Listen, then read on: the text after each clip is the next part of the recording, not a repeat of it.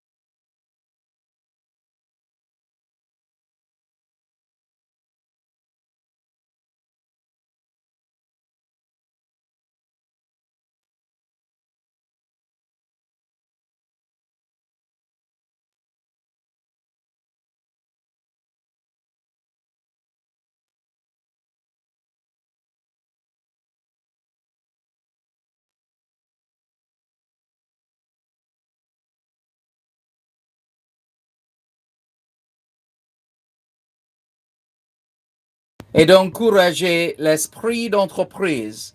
Bienvenue.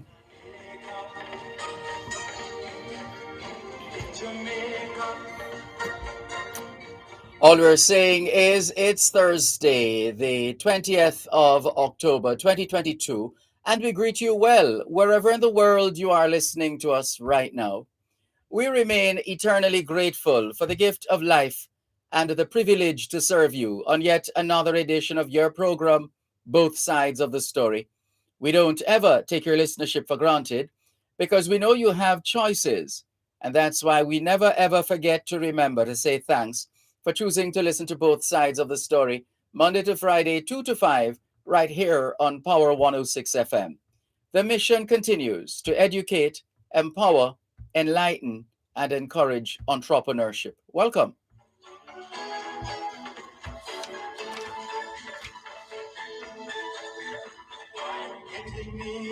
1 acre, 1 acre, Jamaica.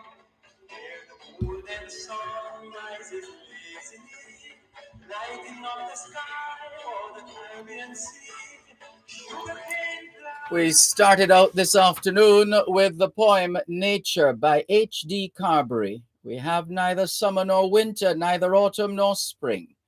We have instead the days when the gold sun shines on the lush green cane fields magnificently. We also, we have paired Nature by H.D. Carberry with Jimmy Tucker's 1 acre in Jamaica. 1 acre in Jamaica by Jimmy Tucker. We've been playing Jimmy Tucker selections because this is still Heritage Month and we have had Heroes Week and Heritage Week. Hence our selections this week here on both sides of the story, Power 106 FM. Good afternoon to those of you listening to us on 106.1, 106.3, 106.5, 106.7, and 106.9. From Morant Point to Negril Point, from the Goat Islands to Galena Point. This is Power 106 FM, serving Jamaica and the diaspora. Hello to those tuned in via the Power 106 FM app, which you have downloaded from the App Store or the Google Play Store. Depending on the nature of your device, downloading is free, listening is free, whenever, wherever. We thank those who have dialed a designated number to listen to Power 106 FM from the United States and the United Kingdom. We'll remind you of those numbers in just a moment.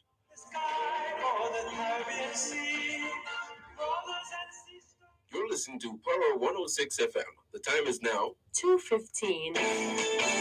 Supreme Real Estate, licensed real estate dealers, the experts in residential, commercial, industrial, hotels, and villa sales, rentals, and leases. Supreme Real Estate, Main Street, Salem, Runaway Bay, St. Anne.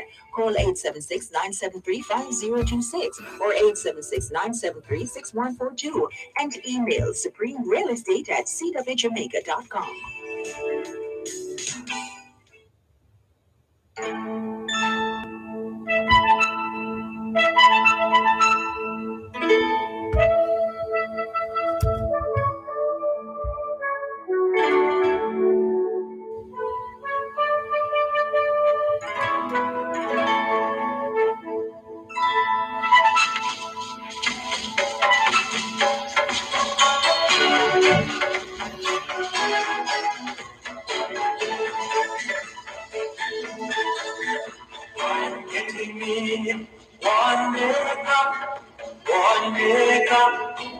Jamaica, where the golden sun rises lazily, lighting up the sky. Thanks to those of you listening to us having dialed a designated number from the United States and the United Kingdom. Those in the US who wish to dial a number to listen to Power 106 FM can call 631-359-8281. 631-359-8281. If you're in the United Kingdom and you wish to dial a number to listen to Power 106 FM, your number is 0330-606-0953. 0330-606-0953. We're streaming live video on the Dervan Malcolm Facebook page. If you're not there yet, log on to Facebook In the search box atop the page, type DERVANMALCOLM, and you too will be able to not just hear, but see what's happening in the studios of Power 106 FM. If you don't have a Facebook account, no sweat. There's always YouTube. All you need is a smartphone or a not so smartphone, a tablet, computer, laptop, desktop, any one of those. Then you need internet connection. And if you're not sure if you actually have internet connection, then here's one way of testing it. Open a browser like Google Chrome, and if you're able to browse successfully, then it means you not only have internet connection, but there's connectivity. Very important. And then you're good to go. What's on your mind this afternoon? Always happy to hear from you. The numbers to call: 876-922-4112, 876-922-4113, 876-922-4114, and 876-922-4115. The text line is the same as the WhatsApp number, which means you can not only send us your text messages, your WhatsApp messages, your voice notes, but you can call us on WhatsApp as well. That number is 876-365-3346, 876-365-3346. Looking forward to your participation. Let's just get an update on developing stories and stories that have developed since the last time you heard a newscast anywhere or checked online from one of the trusted news sources. So, courtesy of the Jamaica Gleaner, jamaica-gleaner.com. Here are a couple of the stories trending right now on the jamaica-gleaner.com website. Man in custody over alleged sexual assault at St. Anne Hotel. And according to the story, the St. Anne police have taken a suspect into custody over the alleged sexual assault of a female guest at a hotel in the parish. Acting Senior Superintendent David White confirmed with the Gleaner this morning that a suspect was apprehended but declined to provide further details. Initial reports are that the woman and the man, said to be a photographer, became acquaintances before she arrived in Jamaica from the United Kingdom on October 5. It is alleged that last Sunday, the woman went into a restroom at the hotel, and while there, she was allegedly lured into a cubicle by the man who allegedly assaulted her. A report was subsequently made to the hotel and then the police. Following investigations, the suspect was held. Efforts to get a comment from the hotel were not successful. Also in the news, trending on the Gleaner's website, St. Catherine man freed of robbery and gun charges. A St. robbing a deliveryman at gunpoint Wednesday after the prosecution offered no. Ricardo Brown, a 22-year-old laborer of Bridgeport, Portmore, St. Catherine, appeared before Justice Judith Pusey on charges of illegal possession of firearm and robbery with aggravation. It was alleged that a motorcyclist was on his way to make a delivery when he was ordered at gunpoint to relinquish his motorbike. He was also robbed of his cellular phone, money, and the meal he was delivering. A report was made to the police, and the motorcycle tracked to West Bay in Portmore, after which Brown was arrested. So that's another of the stories trending. Let's share with you yet another. National Land Agency, NLA, hands over 440 land titles in St. Elizabeth. That's the story. A total of 440 land titles have been delivered to first-time landowners in St. Elizabeth by the National Land Agency, NLA, under the government Systematic Land Registration Program. Market Research and Public Relations Officer at the NLA, Rashida Campbell, said 1,300 titles have been prepared for residents of the parish. An initial 35 titles were handed over in February, And Campbell said that the remainder will be distributed as expeditiously as possible. Campbell, who was addressing the handover ceremony at the St. Patrick Methodist Church in Santa Cruz, said it was heartwarming to see residents coming forward to receive titles for properties they have occupied for several years. Land is an asset, and if you have a title, you can use your land to help improve your life and your children's lives. In fact, you can use your title as collateral to apply for a loan to do just about anything you want, she noted. And the story goes on. So you can read on. What is this we're seeing already? Christmas Gleaner and Star. Christmas Gleaner and Star Days. October 30. What's that? Oh, well, from October 30 to December 1st, or both days.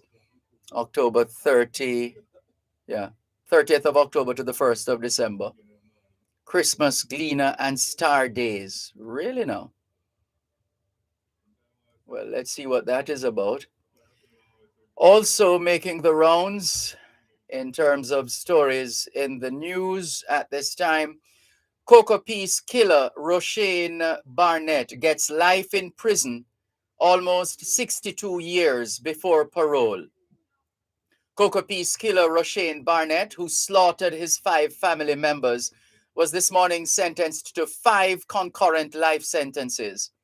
Presiding Judge Justice Leighton Pusey, who handed down the sentence in the Home Circuit Court, has ordered that he serve 61 years and 8 months before being eligible for parole.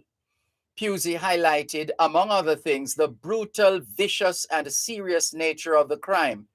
It was also noted that Barnett breached the trust of his relatives and lacked remorse for his action. The 23-year-old was convicted in July of 5 counts of murder in relation to the killing of his cousins, Kamisha Wright, Kimanda Smith, Shara Lee Smith, Rafaela Smith, and a 23-month-old Kishon Henry Jr. The victims were discovered inside their Cocoa Peace home in Clarendon with chop wounds and their throats slashed on June 21st. Also making the news, school principal allegedly linked to more than $4 million in illegal land sales. And the story is that 5 people have already come forward with claims that they paid school principal Sulin Ward Brown over $4 million for lands near Clifton, St. Catherine.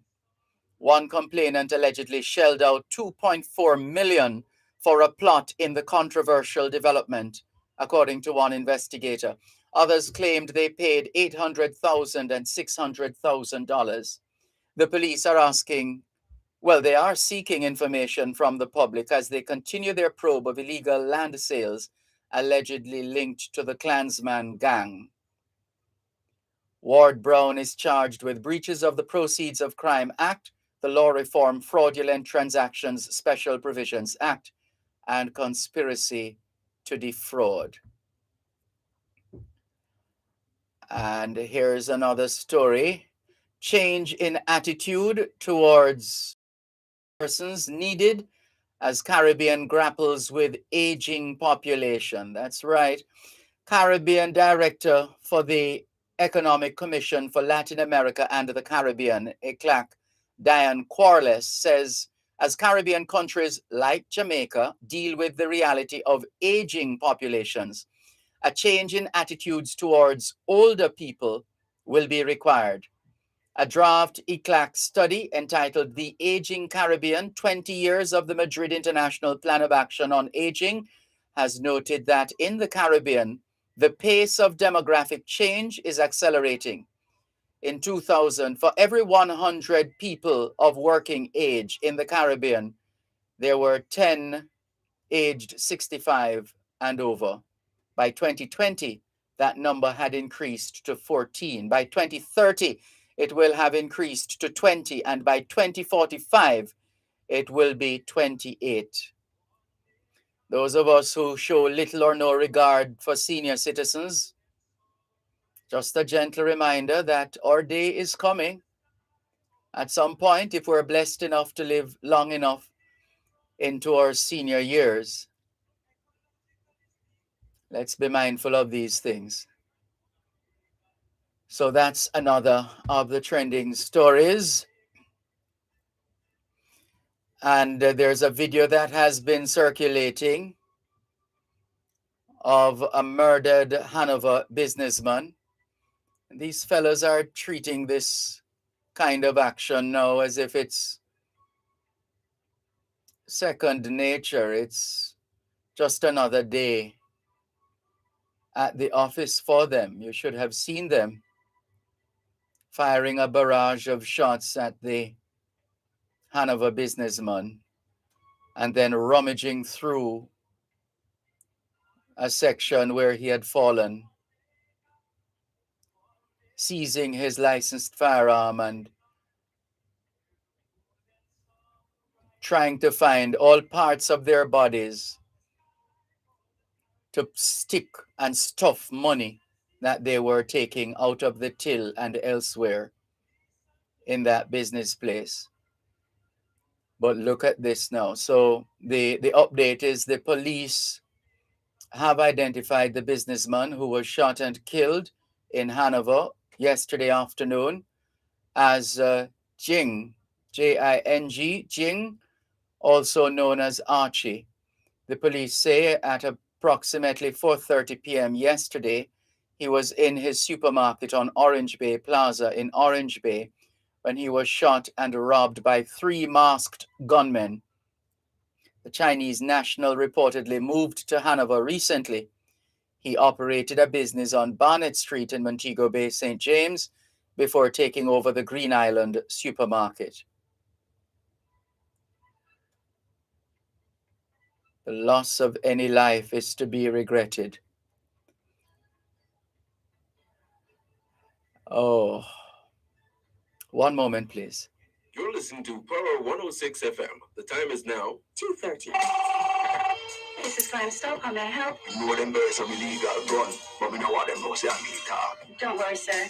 Crime Stop is privately funded and run by the PSOJ.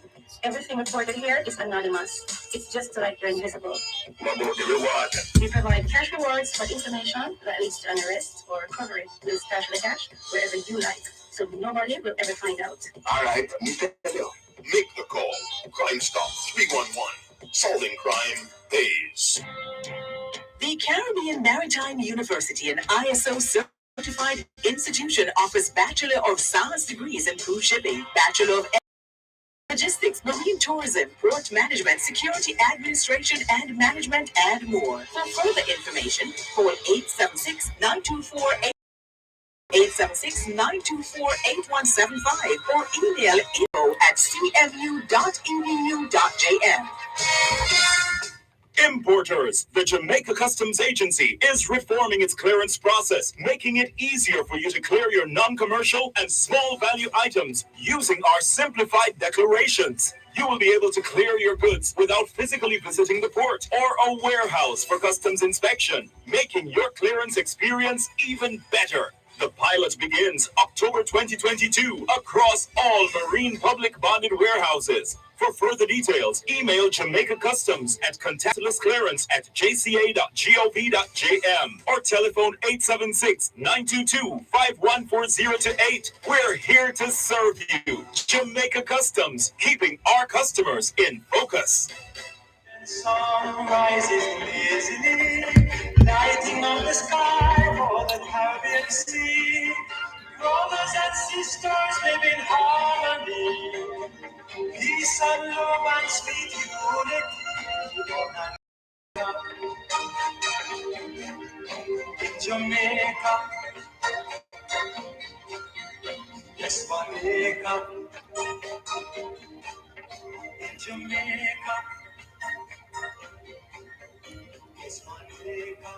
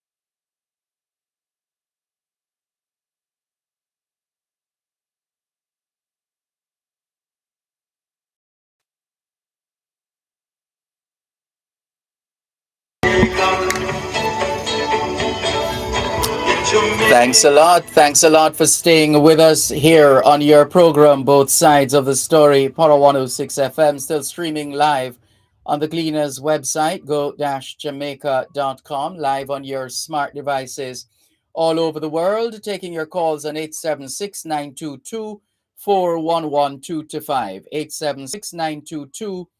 876-922-4112. The text line, same as the WhatsApp number, which means you can not only send us your WhatsApp messages, your text messages, your voice notes, but you can call us on a WhatsApp as well. 876 365 3346. 876 365 3346. At this time, we are going to give you a quick preview of an event happening this evening. And so gather around and listen as we welcome at this time our guest on both sides of the story, a gentleman who leads an organization, International Educational Solutions, and he continues to play his part in support of education in Jamaica. He's founder and the CEO of Education Solutions International. He's a former chairman of the Jamaica Diaspora Education Task Force. And Murray Mountain in St. Anne is a very special place for him as well. Dr. Dwayne Dice, good afternoon. How are you? Good afternoon to you, Mr. Marco, and good afternoon to your listeners. Wonderful. I'm doing well. Wonderful. Thank you so much for having me on your program again. Pleasure. We gather that you have joined forces with the diaspora services. Oh goodness, she's going to have my neck. I haven't integrated. I haven't exchanged words with Nordia Teep in a while, so the name just went out of my head, but it's back. Integrated Diaspora Services Limited. Tell us about this partnership and what you're hoping to achieve by this coming together of Education Solutions International and Integrated Diaspora Services Limited. Yes, good question, Sir Marco. By the way, it sounds. Is it possible for us to get a more rounded sound? Sounds like we're either on speaker or you're using your earpiece or one of those devices. We want to hear you as clearly as possible. All right, can you hear me now? Yes, but I'm still hearing the building. Sounds like the room you're in is a little empty or hollow. But as close to the device that you're using as possible. If you can get to as close to the device as possible, that should help. All right. Yes, so... Yeah, that's better. Go ahead, please. Mm-hmm. Yes, Integrated Diaspora Services, they, Nadia and our team, they are helping the diaspora, people in the diaspora to organize themselves. Those of us with properties in Jamaica or need legal advice or we need our paperwork like birth certificates and TRN and so on, any legal documentation. And we're living outside of Jamaica, anywhere in the world, we can tap into their services and we get our business done in Jamaica. And one of the biggest part of it too is if we have properties in Jamaica and you want somebody to manage the property, they will also take care of that as well. So they're doing a lot in not just from America, but from the UK and from South America as well, right across the board to get services done in Jamaica for Jamaicans living outside of Jamaica. And those numbers have grown. The fact that those numbers have grown in terms of Jamaicans who have accepted jobs, teaching jobs, and other nursing and other health professional positions, that there will be a demand for more of that kind of service, that providing that kind of service. So your timing is impeccable. Yes, definitely, and that's the reason behind it, to get the word out so that people are not Jamaican nationals are not scrambling around looking for somebody to to legally take care of business at home, and property. There are a lot more in the program later this evening that she will discuss. The short talk that we have over the past couple of weeks is to make sure that Jamaicans are taken care of, especially when they're in the diaspora. Right. So yes, it's a need. Right. So it's highlighting services in the diaspora. So those in the diaspora listening, listen up. It will be live online. Give us those connection details. How do we, as in particular members of the diaspora, log on to be a part of this program? Okay, so it's called highlighting services in the diaspora, and it's on this evening at 6 p.m. Jamaica time, and it's on Education Solutions International TV on YouTube. It's on YouTube, Education Solutions International TV. You can go to educationsolutionsinternational.org and subscribe, and also there's a link on there to register for the event. They will share. There are two people actually, and I don't know if you're coming to section in a little bit, because Nadia Tate is one person sharing integrated diaspora services, but we also have Dr. Mark Nicely, who is the of the JTA, and he has a company, counseling and empowerment services. Yes, counseling and empowerment services, Jamaica Limited, and he's doing a wonderful job in Jamaica too, caring for taking care of services for schools, counseling and other services for schools right across not just Jamaica but the Caribbean and the rest of the world. So he's spreading his wings too. But for people in the diaspora and also in Jamaica who want to get more information, they can come on the platform Education Solutions International TV on YouTube. It's a YouTube channel that we have, and at 6 p.m. this evening, and they can take part in the discussion and also have their questions answered. Now, the important thing is you can be on Zoom with the presenters if you register. So go to educationsolutionsinternational.org and register for the event, and you'll get a chance to be on Zoom so you can ask your questions live. Very good. So educationsolutionsinternational.org, listeners. That's a good website to know. And also it's Education Solutions as well for YouTube. Education Solutions International. Right. Yes.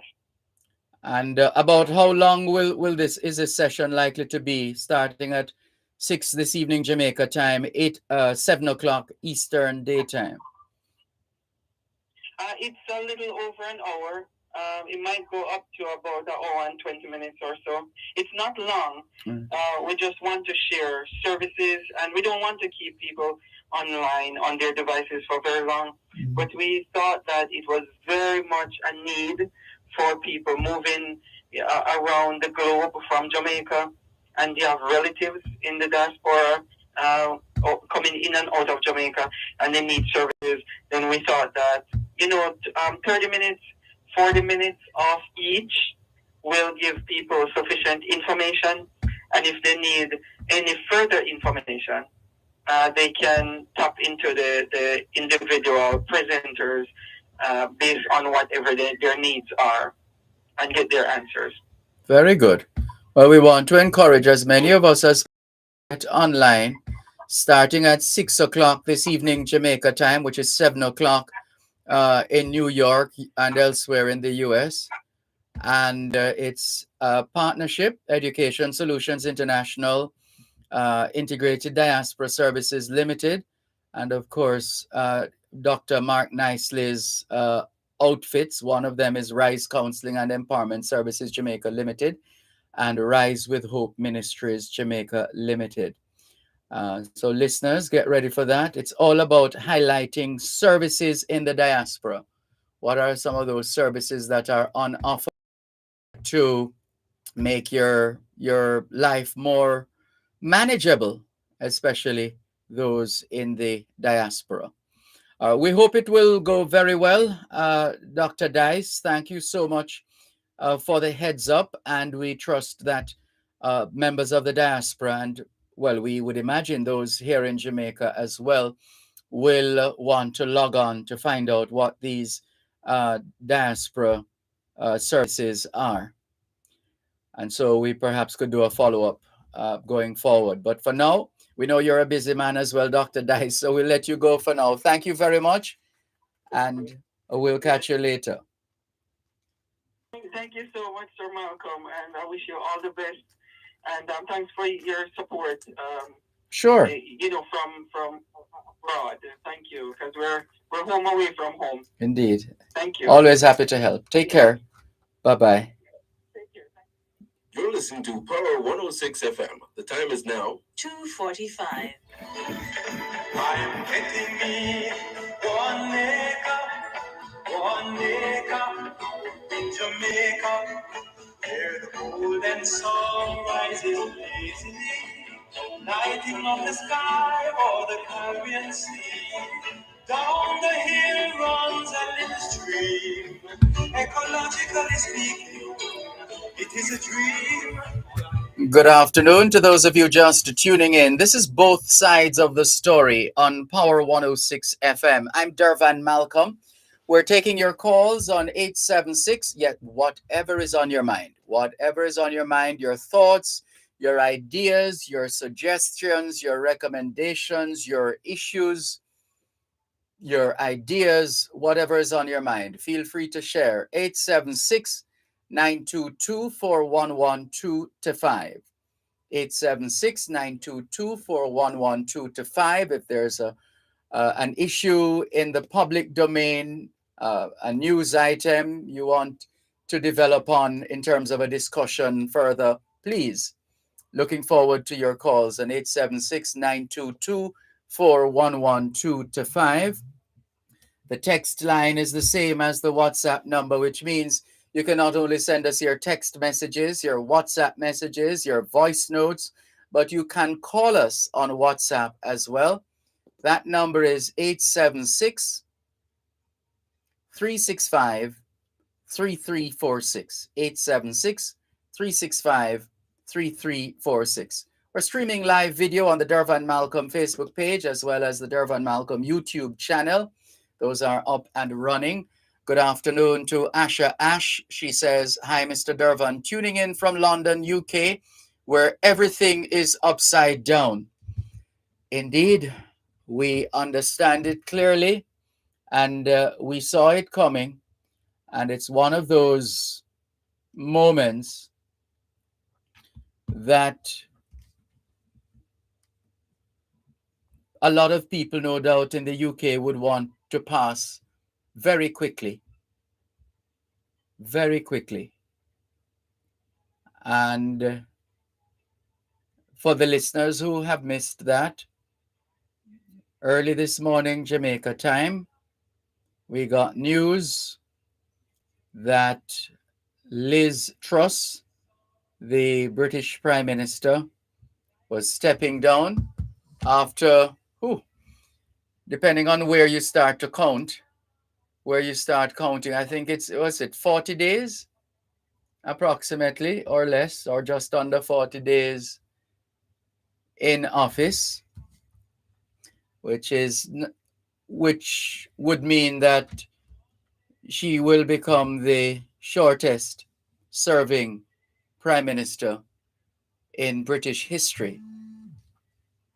So we can well understand your comment Asher Ash in London about everything being upside down in the UK. Jimmy Cliff actually has a song along those lines. World upside down. They say the world is spinning around. I say the world is upside down, says Jimmy Cliff. Thanks for your message, Asher Ash. The circumstances in the UK notwithstanding. Devon White says, wonderful news for those first-time landowners in St. Elizabeth in reference to the distribution of land titles by the National Land Agency. Devon White also says justice is being served this time again. Hope he will stay there securely for the tenure of office of the sentence, or you know what. Sean Chambers says, good afternoon, Uncle Dervan. Always keep up the good work on your show. All the best to you. Same to you, Sean. Ricardo in Glengoff, St. Catherine. Good afternoon to you as well. Thank you for joining us. Hello to Norman Hines in St. Thomas. Sophia Nemad in Newell, St. Elizabeth. Francine Ellis says, good afternoon, Dervan. Have a wonderful rest of the day. Same to you, Francine Ellis. Jeannie Chambers, good afternoon to you too. And Jacqueline Simmons, good afternoon, and thank you for making it both sides of the story here on Power 106 FM. I have a couple of messages to clear, but we see that David has called us. And let's see if we can air in just a moment. Good afternoon, Mr. Crossburn. How are you? Yeah, good afternoon, everyone, and to your listeners. I'm good, thanks. Yeah, last Friday, you were starting to remember something, and I said I was just brief. It had to do with the power, the hydroelectric power station in Bogor. Yes. Where the light were lost. You were trying to remember where, but you couldn't remember. Yes, Bogor. Yes. JPS had done a wonderful magazine when they celebrated their 100th year on it, and the whole details of that incident were in it. Yes, it's documented in the book by Dr. Rebecca Tortello. The book, what's it called? What's the name of that book? I have a copy at home. So the full story is in that book as well. Yes. And I understand the engineer that did it had something to do with Jamaica, and they actually built an hydroelectric plant in Russia as well. Oh, interesting. That's what was in that article there.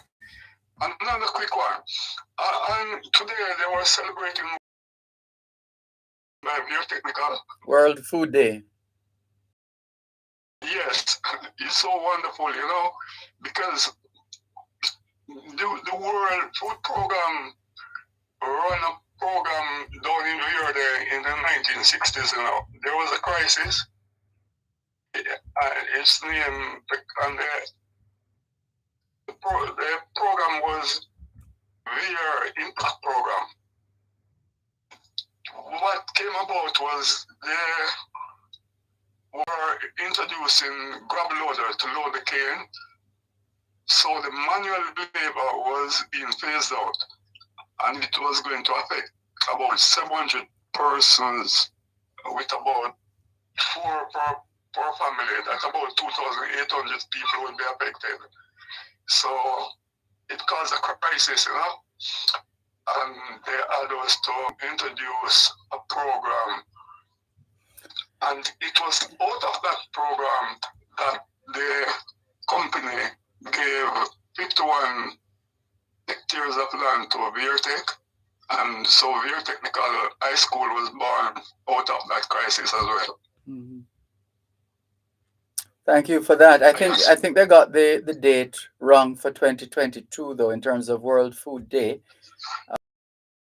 maybe it was just by choice that they decided to do it now, but it is usually observed on the 16th of October every year. Maybe it had clash with the holidays. I'm not sure. But in the advertisement, they had mentioned. Yeah, because the 16th. 16th. Yeah, right, Yeah. right. Also, happy to know. But in a case like that, it would be so wonderful if they could have recognized the World Food Program and give them a citation, just to recognize, because it was a huge occasion in this late 60s, in the early 60s, when the crisis was there, and they stepped forward and helped. All other countries came and looked and came to learn to be there at Money Mosque and saw what was done and think to copy it for their countries, and so it was all documented and highlighted in the Gleaner. Yes. Yes. So okay, all the very best and continue your good work. No, just before one final one. Yes. Mr. Coombs, he's spot on with a couple of things that he was saying about Holland and the storm in 44. But I think what he may need to do with Dervan, and I maybe could be of some help down the road, maybe can donate a computer to him. What he could do is have somebody to Google, type what you want to type, like Google Doc. Just press on the speaker there, and that Google Doc program would help him to type, and he could record his information, because those information is a treasure for the country. Well, we've been telling him that for years, actually, but he prefers to just call the talk shows and talk about these things as opposed to recording and leaving something behind for posterity. Yeah. Definitely. Because what he said about Holland and the British Prime Minister, it was actually the Prime Minister himself. It was his father that owned Holland. I forget his name now, but he owned Holland before, after Lady Holland. Lady Holland owned it in the late 1800, 1700. She owned Holland estate up in Westmoreland and another one up in St. Thomas, because there's a Holland estate in St. Thomas as well. That is like you're going towards the lighthouse in St. Thomas. Yeah. And then when he mentioned about the 44 storm now, that is actually a serious damage was affected by the storm to Money Mosque. A large bridge that they had that carried the cane from across the Ramino to this side to the eastern side. That bridge was washed out during the 44 storm. The bridge was a nice bridge, they call it 90s bridge. So it was badly affected them because it could be about close to 100,000 tons of cane that was gone on that side, on the western side of the river, But because the bridge was washed out, it impacted Money Mosque in a very significant way. So that's it for the day, and all the very best, and keep strong. Thank you very much. Same to you. Take care. Yeah. Bye-bye. Yeah, you too. Bye-bye. This is your program, Both Sides of the Story, Power 106 FM, still streaming live on the Gleaner's website, go-jamaica.com. Here's a story that was just posted on the Gleaner's website, jamaica-gleaner.com. Toddler dies, several children ill, reportedly from outbreak of rotavirus. At least one toddler is believed to have died at the Cornwall Regional Hospital in Montego Bay owing to an outbreak of gastroenteritis. And reports are that more than 200 children presented at the Bustamante Hospital for Children in Kingston last weekend with symptoms of vomiting, fever, and diarrhea. Gastroenteritis is caused by the common rotavirus, which is prevalent during the cooler months of October, November, and December. Doctors at Cornwall Regional Hospital are now carrying out investigations into the death the death of that toddler. And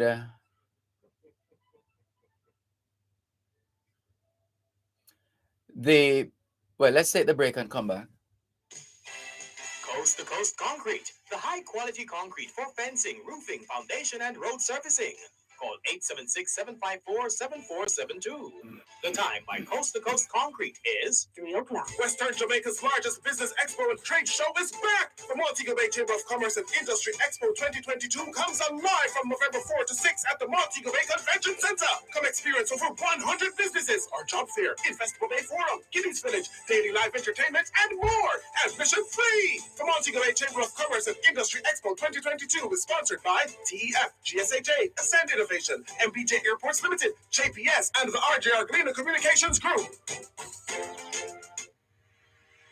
Tune in to Farm Talk every second and third Tuesday of each month at 6:18 a.m. for the feature Hypro Food Independence. Hypro Food Independence will focus on solutions for farmers, such as land, animal husbandry, agronomy, and more. That's Hypro Food Independence every second and third Tuesday from 6:18 to 6:30 a.m. during Farm Talk, only on Power 106 FM. Hypro Food Independence is sponsored by Hypro. Logically speaking, it is a dream on a acre in Jamaica.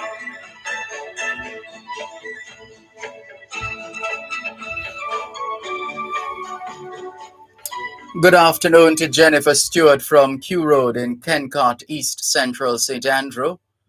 She says, good afternoon, Sir Dervan and everyone listening. Thank you, Jennifer.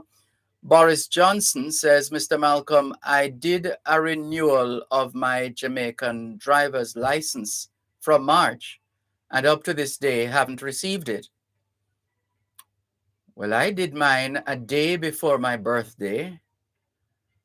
There wasn't a long line there at Constant Spring. There was some of it that I was told I could do ahead, like pay for it online. That service is available, so you don't have to join a line to pay.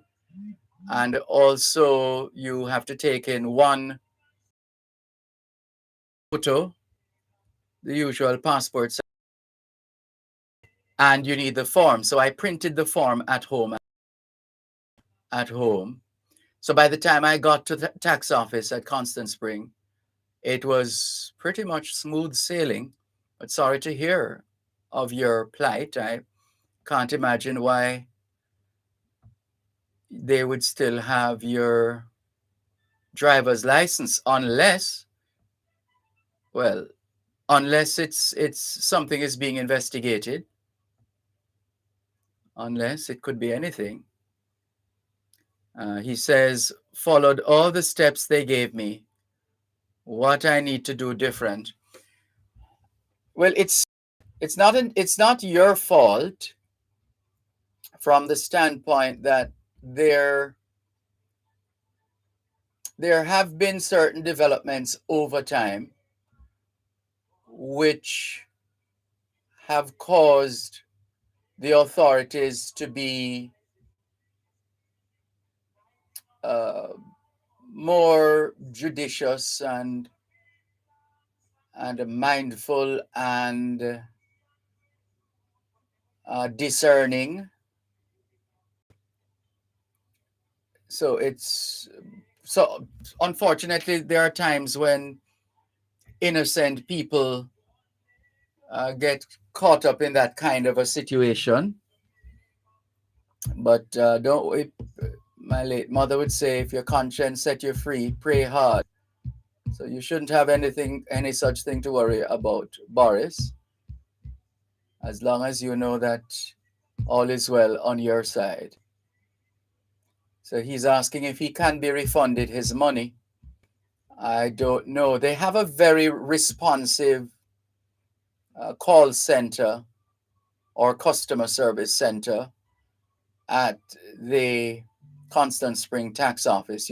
A question like that, you can pick up the phone and call them. I think the toll-free line is 1-888 tax help. 1-888 tax help. They have been pretty efficient from what we have seen on our most recent visit on or around when was that? The 12th of October, I believe it was. They seem to be increasing their level of efficiency from what we have seen. We can't talk about anybody else's experience, but for the times we have had to visit, including the most recent time, which was about the 12th of September, I beg your pardon, the 12th of October, they seem to have had it together. I didn't hear anybody cursing and complaining, and people were seated comfortably, and we kept our eyes on the digital counter, the digital board that was telling us which number was being called. Well, which number being held by a customer is being called, and which counter you should go to, and so on. So they seem to be really doing their best to improve the service and the condition. But you can pick up the phone and call them, Boris. Just pick up the phone and call them. Tell them what your situation is and hear what they say. Inez Ayona Campbell says, good afternoon, Mr. Dervan and viewers. Good afternoon, Inez Ayona Campbell. Good to have you on board. Thanks for joining us. Sharon Richards is in Savannah Lamar, Westmoreland. She says, pleasant good afternoon to you, Sir Malcolm, and all listeners out there. I greet you all well. Ready for class, sir, says Sharon Richards. Thank you very much. We're happy to have you on board. Patrick Howell says, Dervan, good day. The old JPS hydroelectric plant partial structure where a few workers died is still in place just before you enter Kent Village. I know it well. We pass there quite frequently. Last time I passed there I was journeying from a funeral. Was it from or going to the burial ground? I don't remember. One way or another, but we did. That was the last time we passed there, which was early this year. So he says it's still in place just before you enter Kent Village, traveling in the direction to Bogwalk along the gorge.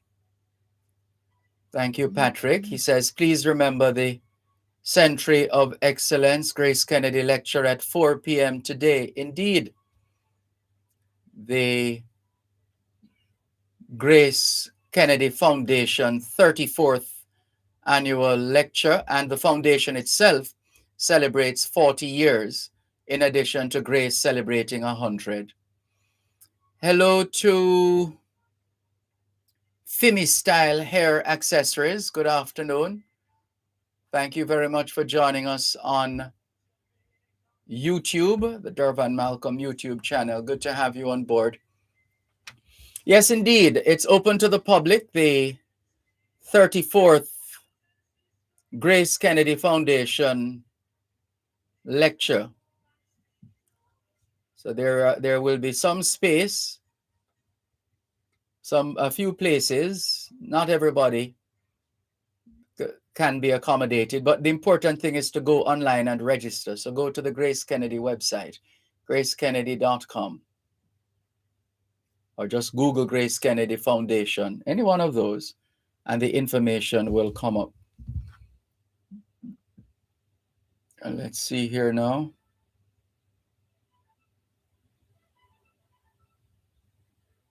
Oh. All right, let's go across to Facebook Live. Velta Wilson in St. Thomas, good afternoon. Thank you for joining us. Let's check in with our WhatsApp line, same as the text line, 876-365-3346. 876-365-3346. Here's a listener who goes by the name Spider. Spider says, good afternoon, Mr. Malcolm. Think about what I'm going to say to you. Do you ever wonder how we found fossils of all the animals and reptiles that we read about?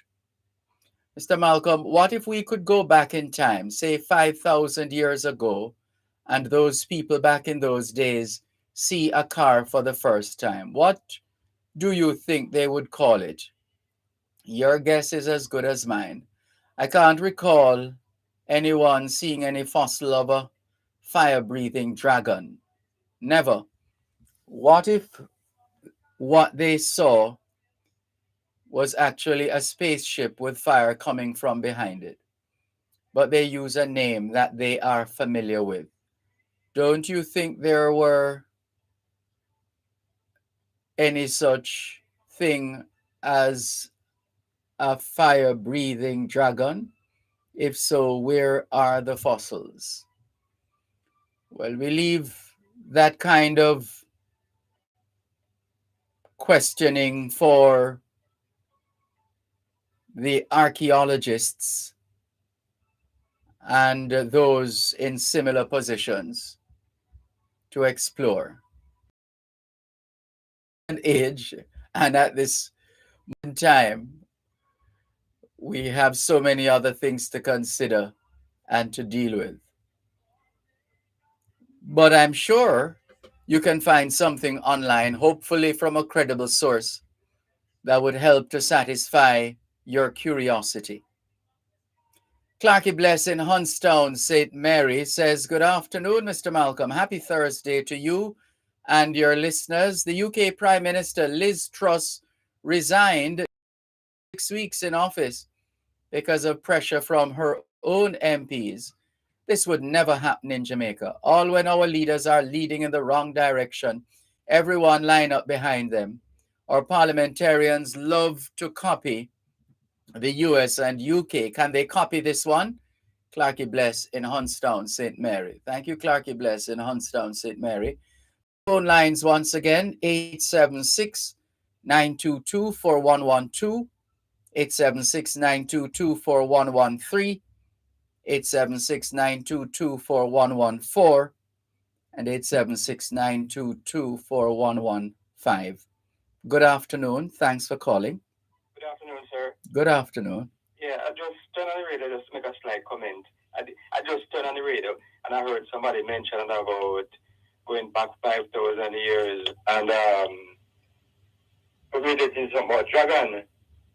But I think it was long established already that things like dragons are myths. They don't exist.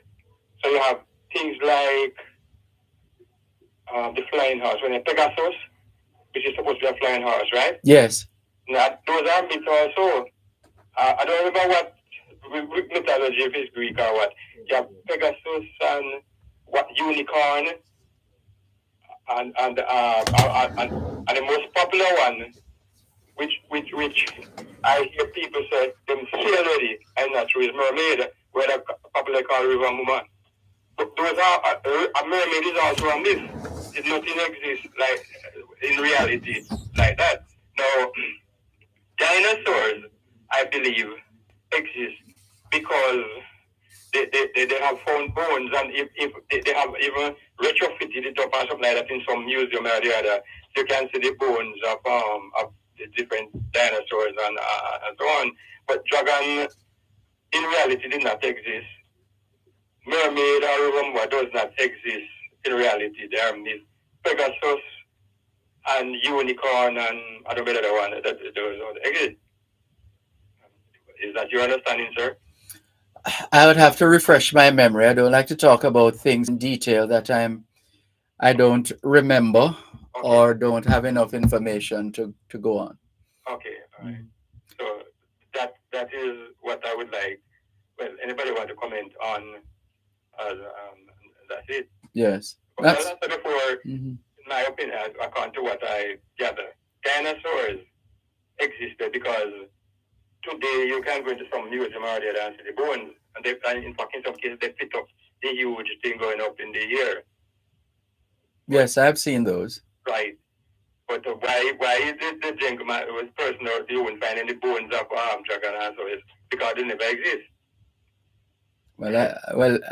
It's over to him to accept what you have said in terms of whether he'll still pursue the matter or end it there. You can research it on Google sometimes, like dragon and mermaid, otherwise popularly called as river muma. Yes. And things like that.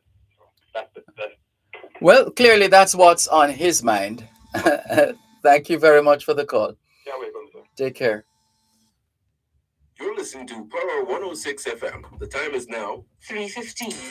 Power 106. Good afternoon. One moment, please. Schoolboy football competition is in full swing, and Power Play will bring you live reports and updates on the football matches. Listen to every Tuesday at 7:15 p.m. right here on Power 106 FM. Live reports will be brought to you by Chada Distributors Limited, KFC, and Alice Duane and Company Limited.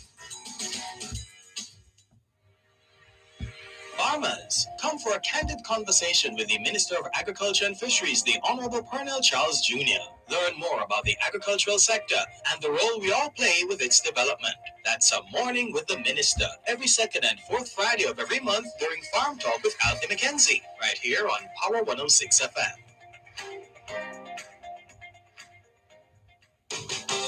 Listen to your favorite programs live on the Power 106 FM app. You can download the app on Google Play Store and the App Store. Can't catch your favorite show live? Then listen to your show on our podcast library, wherever you are, whenever you wish. Power 106 FM, the digital sound, where all views can contend. Now online via the Power 106 FM app. Tune in every Thursday at 3:30 p.m. for Your Legal Corner with Dana Walker Huntington, doing both sides of the story with Dervan Malcolm on Power 106 FM. It's your source of information regarding U.S. immigration matters, combined with Power 106 FM's pioneer of diaspora broadcasting. Call in your U.S. immigration queries and concerns on 876-9224-11225 or send a text or WhatsApp message to 876-279-8598 and get the answers you need for your U.S. immigration questions. That's Your Legal Corner with Dana Walker Huntington, Thursdays at 3:30 p.m. during both sides of the story with Dervan Malcolm, only on Power 106 FM. Jamaica, where the golden sun rises lazily, lighting up the sky for the Caribbean Sea. Brothers and sisters live in harmony, peace and love and sweet unity.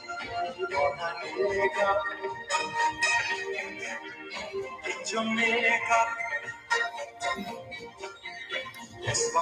Thanks a lot for staying with us here on your program, Both Sides of the Story, Power 106 FM, still streaming live on the Gleaners website, go-jamaica.com.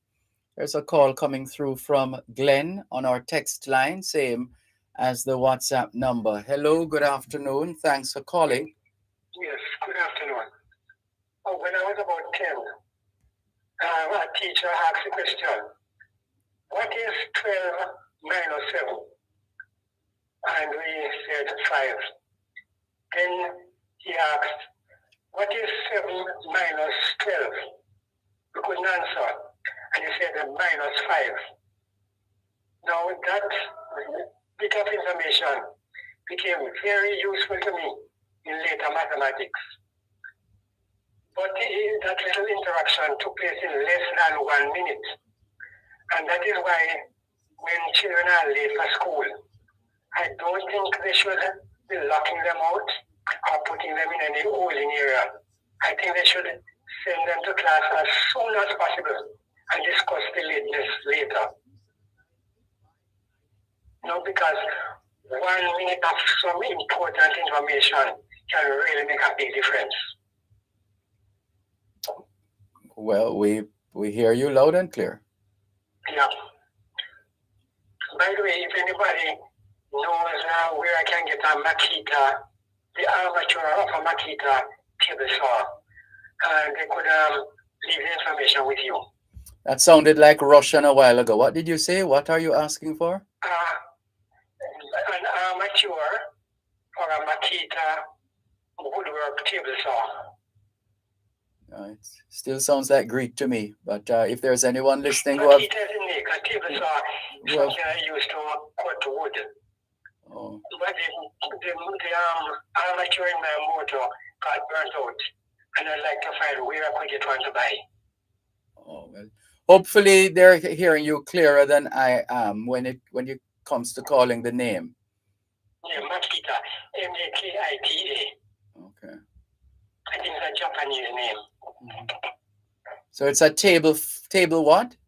A table saw. Table saw. Table saw for cutting wood. Oh. Well, if there's anyone out there listening. For the motor. Right. Okay. Well, all right, bye for now. Thank you. All right. Thanks for the call. Take care. This is your program, Both Sides of the Story, Power 106 FM, still streaming live on the Gleaners website, go-jamaica.com, live on your smart devices all over the world, taking your calls on 876-922-4112-5. Coming up at 3:30, it will be time for your legal corner with U.S. Immigration Attorney Dahlia Walker Huntington. Stand by for that.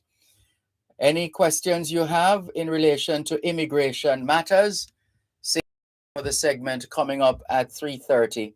Your legal corner. 3:30. Any issue that you have in relation to immigration, start calling at 3:30 this afternoon when your legal corner with U.S. Immigration Attorney Dahlia Walker Huntington will be on. And let's continue with more on your program, Both Sides of the Story, Power 106 FM, still streaming live on the Gleaners website, go-jamaica.com. On the international scene, CNN just put out what they call a breaking story. And the story is, jury finds Kevin Spacey not liable for battery. In a victory for Kevin Spacey, a New York jury has found him not liable for battery on allegations he picked up actor Anthony Rapp and briefly, well, maybe a little too much for this time of day, but that's the story, the breaking story from CNN, that the jury finds Kevin Spacey not liable for battery. And we're seeing another story. Christian Amonpour reacting to Liz Truss's claim during her resignation speech. That's another of the stories on the international scene trending right now. 876-922-4112-5 are the numbers to call. The text line, same as the WhatsApp number, 876-365-3346. You can send us your text messages, your WhatsApp messages, your voice notes, and you can call us on WhatsApp as well. That number is 876-365-3346. On Facebook Live, Aston Matafa Jones says, harsh as it may be, but the Conservative have been playing games with a minister in charge who was not fit for purpose. The fact that the party has no viable candidates to lead the party shows how dysfunctional England is at this time. That's a message coming through from Aston Matafa Jones. There are other messages, and there's a call that just came through as well on our text line, same as the WhatsApp number. Maybe that person couldn't wait. Sorry about that. Let's move on. Spider says, what is this? Man, tools, Langston Road. Oh, somebody is suggesting, Spider is suggesting M&M Tools on Langston Road for the saw that Glenn was asking about a while ago. M&M Tools at Langston Road for the saw that Glenn was asking about a short while ago.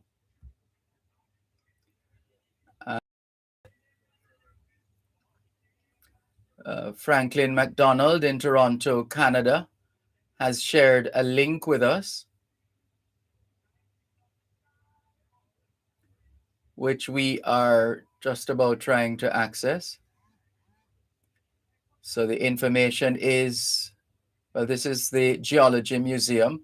The Geology Museum aims to procure, display, and curate geological, mineralogical, and paleontological materials from Jamaica and the Caribbean for the purposes of research, education, posterity, and the enjoyment of the public. The University of the West Indies Geology Museum is located on the ground floor of the Dulabesh Building, Department of Geography and Geology. The UWI Geology Museum was established in 1969 as a facility to house the department's geological collections and was opened to the public in 1970. The museum is comprised of a main exhibit gallery and a collection storage facility. There are approximately 20,000 items in the collections and represents the largest collection of rocks, minerals, and fossils in the English-speaking Caribbean. These items have been collected primarily from Jamaica and the rest of the Caribbean, but there are also several items collected from other countries. There is one full-time curator on staff at the museum, Dr. Shireen James Williamson. The teaching staff in geology provide professional support for most University of the West Indies Geology Museum activities. The museum is open to the public Monday through Friday from 10 in the morning until 3 in the afternoon. Walk-in visitors are accepted. However, all groups of 10 or more are required to make an appointment with the curator. Thank you very much for that link. Further to the message from Spider.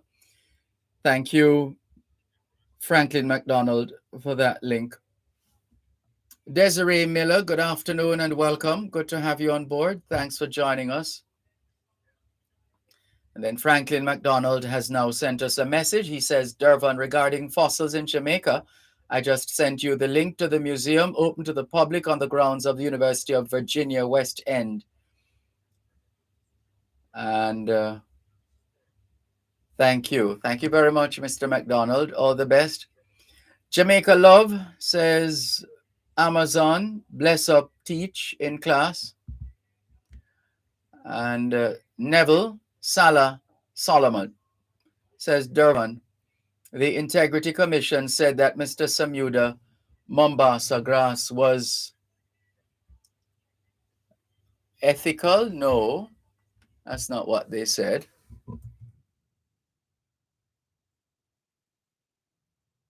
That's not what was said at all. So they are just trying to bring up that story.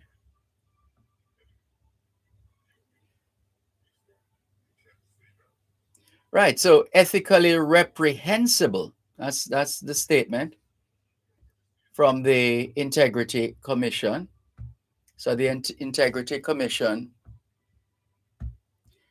says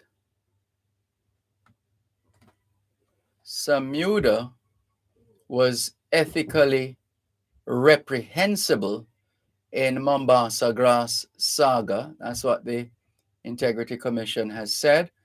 Though not criminal, Carl Samuda's conduct in allowing a government entity to cultivate grass on his private property while he was agriculture minister was ethically reprehensible. That's what the Integrity Commission says. And it remains to be seen what action, if any, will be taken against Carl Samuda. The investigation into the decision of the Jamaica Dairy Development Board, JDDB, to establish a 14, look at the time. It's a Thursday, we have your legal corner with attorney at law Delia Walker Huntington.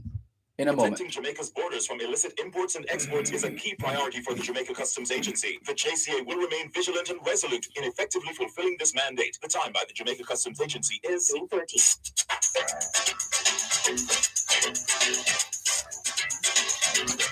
For 50 years, Under the Law has been helping you to know your rights and how the laws of Jamaica can help you defend those rights. And we continue to do this in 2022. The program is brought to you on Wednesdays by the Bank of Jamaica, building an inclusive economy. Under the Law at 6:45 and 8:55 a.m. and at 4 and 9:55 p.m. on Power 106 FM. Welcome to your legal corner on Power 106 FM, your source of information for all matters regarding U.S. immigration. Call in with your questions and concerns on 876-9224 and send a text or WhatsApp message to 876-279-8598. Time now for your legal corner during both sides of the story, right here on Power 106 FM.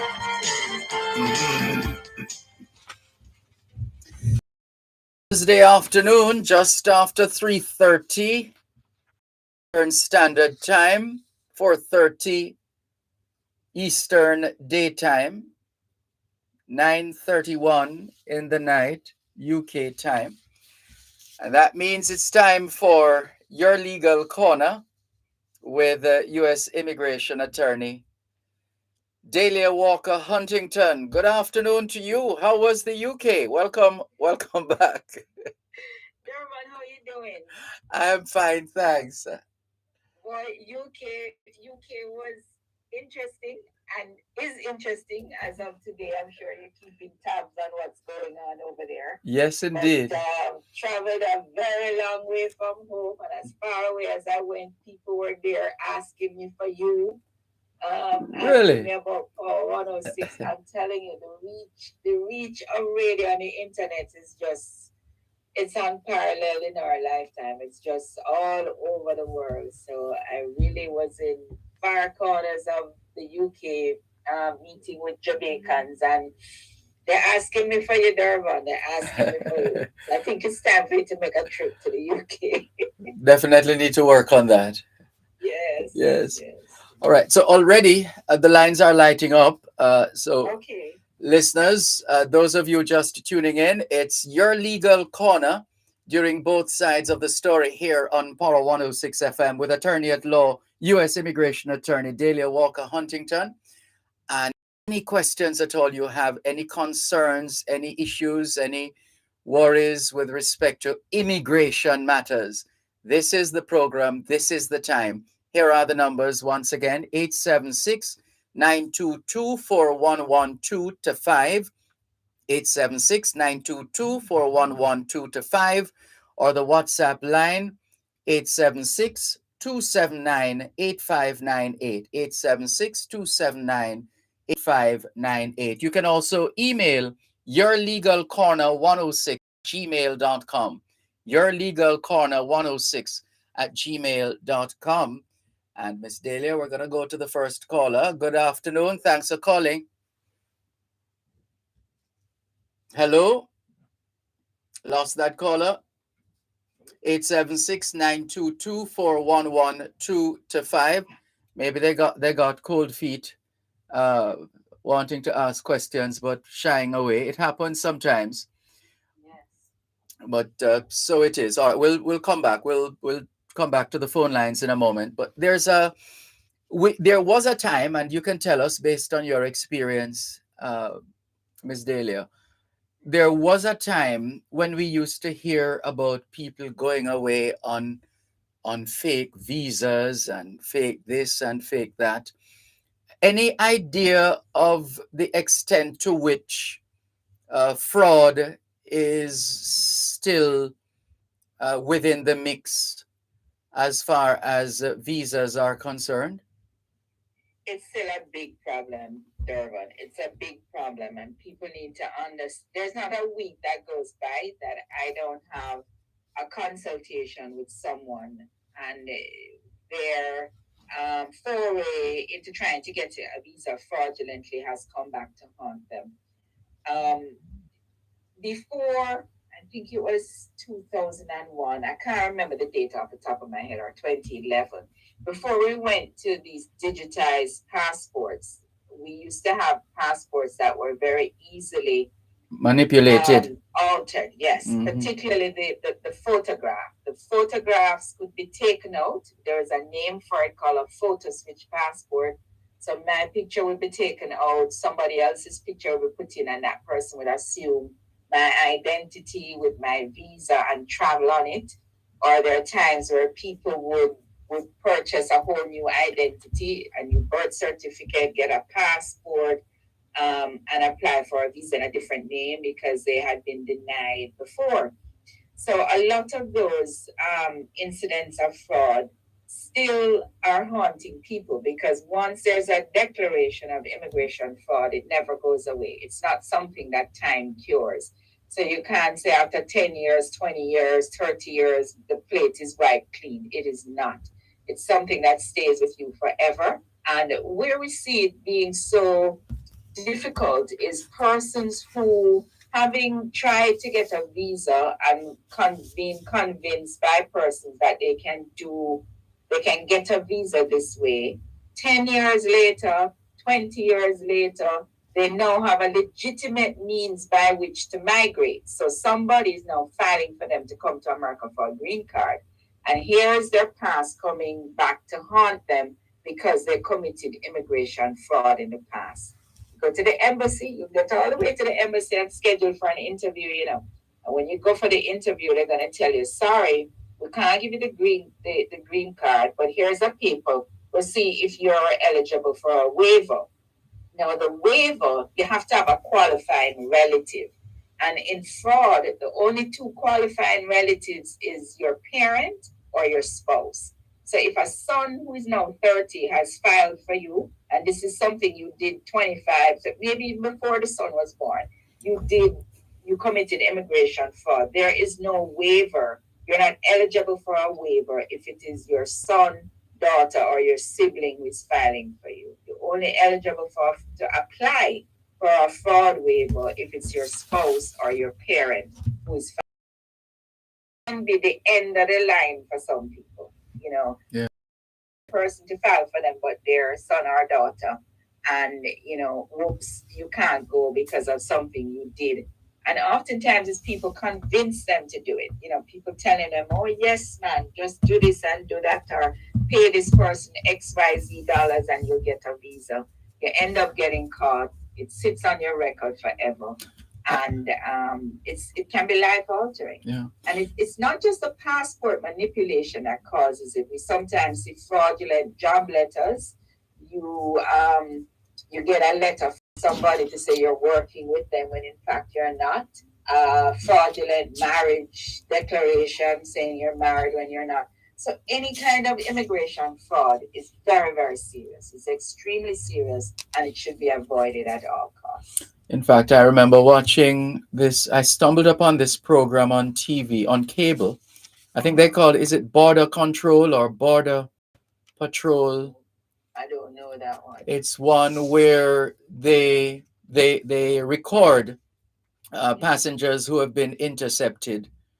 Okay. And so, for example, there was this, I just happened to have been fooling around with the remote, I think, and came upon it. And there was this woman who was directed away from the arrivals area and into a section of the another section of the airport. And as it turned out, she was asked questions. She said she was coming to the US to look for her brother or something like that. And she was asked repeatedly, is this your document? Are these your documents, ma'am? And she repeatedly said, yes, yes, yes. And then she was asked, where did you get this visa from, ma'am? She said, one man named Junior. I'll never forget it. Yeah. Yeah. And how much did you say Junior, ma'am? Yes. And how much did you pay Junior for this visa? And she said $200,000, ma'am. You said, But, oh, yeah.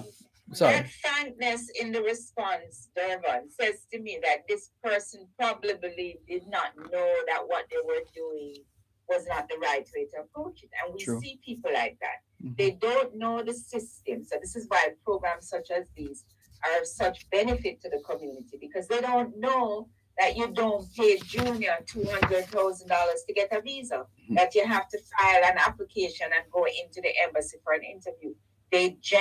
Some people genuinely do not know. But Yes. as you know, ignorance of the law is no excuse. You've still committed immigration fraud, and you're still going to be barred permanently from the US unless you have a qualifying relative to get you a waiver. Indeed, she was sent back on the next flight. Yeah. Yeah. All right. Sorry, go ahead. These are the kind of people we see it affecting a lot. Mm-hmm. Here's a message on the Power 106 FM text line, 876-279-8598. The message says, good afternoon to you all. Just a question of my concern. How long does it take for U.S. citizens' parents to file for unmarried adult? Okay, so that is the F1 preference category, and currently it's taking about December 2014, so that's almost 8 years, because of the backlog, because of the pandemic backlog. It used to take about 4, so it's taking now almost quite twice as long because of the backlog. But one thing that the State Department has said is promise to have backlogs cleared by fiscal year, which will be September 2023. So we're hoping that within a year or a little under a year, that the backlogs will be cleared and we'll be back to regular processing time. Well, let's see how that goes. Yes. And here's another one. Aston asking, can she answer question on dual nationality? Sounds rather broad. I'm not sure, but can she answer question on dual nationality? Well, Jamaicans are permitted dual citizenship. I'm a dual citizen. I'm a citizen of Jamaica and I'm a citizen of the United States. The United States also allows it, but they frown upon it. So if you, for example, myself becoming an American citizen, I had to swear allegiance to the United States. Doing that did not negate my Jamaican citizenship. So I am entitled to carry a Jamaican passport as well as a U.S. passport. Now, if you're in Jamaica, the only issue that you have is if you want to have a constitutional office in Jamaica. Certain positions are in the Constitution. I would say the Prime Minister, the Leader of the Opposition, a Member of Parliament. You have to be a citizen of the Commonwealth. So you cannot be an American citizen and run for any constitutional office in Jamaica. There's some positions also that are appointed that are constitutional offices, and you would be barred from being able to hold that office if you're an American citizen as well as a Jamaican citizen. And well, Aston has sent another message. He says, my parents are Jamaican and I'm UK born. Excuse me. Sure. So he's a Jamaican. As a Right. matter of fact, I learned something when I was in the UK because Pika, along with RGB, and they were in the UK at the same time doing mass. And when I say mass, I mean mass registrations of Jamaicans born in the UK who were claiming their Jamaican citizenship. And it was at that point that I realized I thought it was just parents and grandparents, but it actually goes far back as your great grandparents. Yeah. So up to you can be 3 generations removed in terms of your birth, but if your great grandfather was a Jamaican, you are entitled to Jamaican citizenship. So in this person, if his parents are Jamaican, he's born in the UK, he's entitled to Jamaican citizenship, and he should contact the High Commission in London, or listen out or contact PICA to find out when they're coming back to the UK, because they do these rounds. They come to the United States, they go to UK, and I dare say they must go to Canada as well. Register persons who want to become Jamaican citizens, who want to claim their Jamaican citizenship. Let me put it that way. One moment, please. Delia Walker Huntington, U.S. immigration attorney, on your legal corner during both sides of the story here on Power 106. You're listening to Power 106 FM. The time is now 3:45.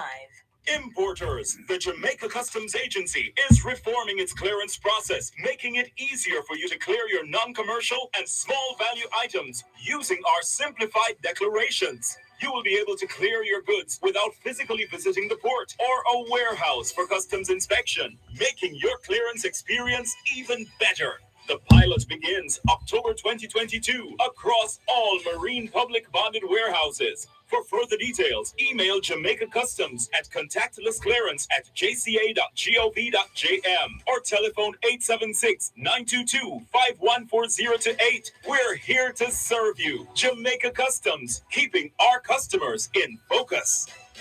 With over 40 years of record service, Lock Safe and Vault Limited is your trusted security provider.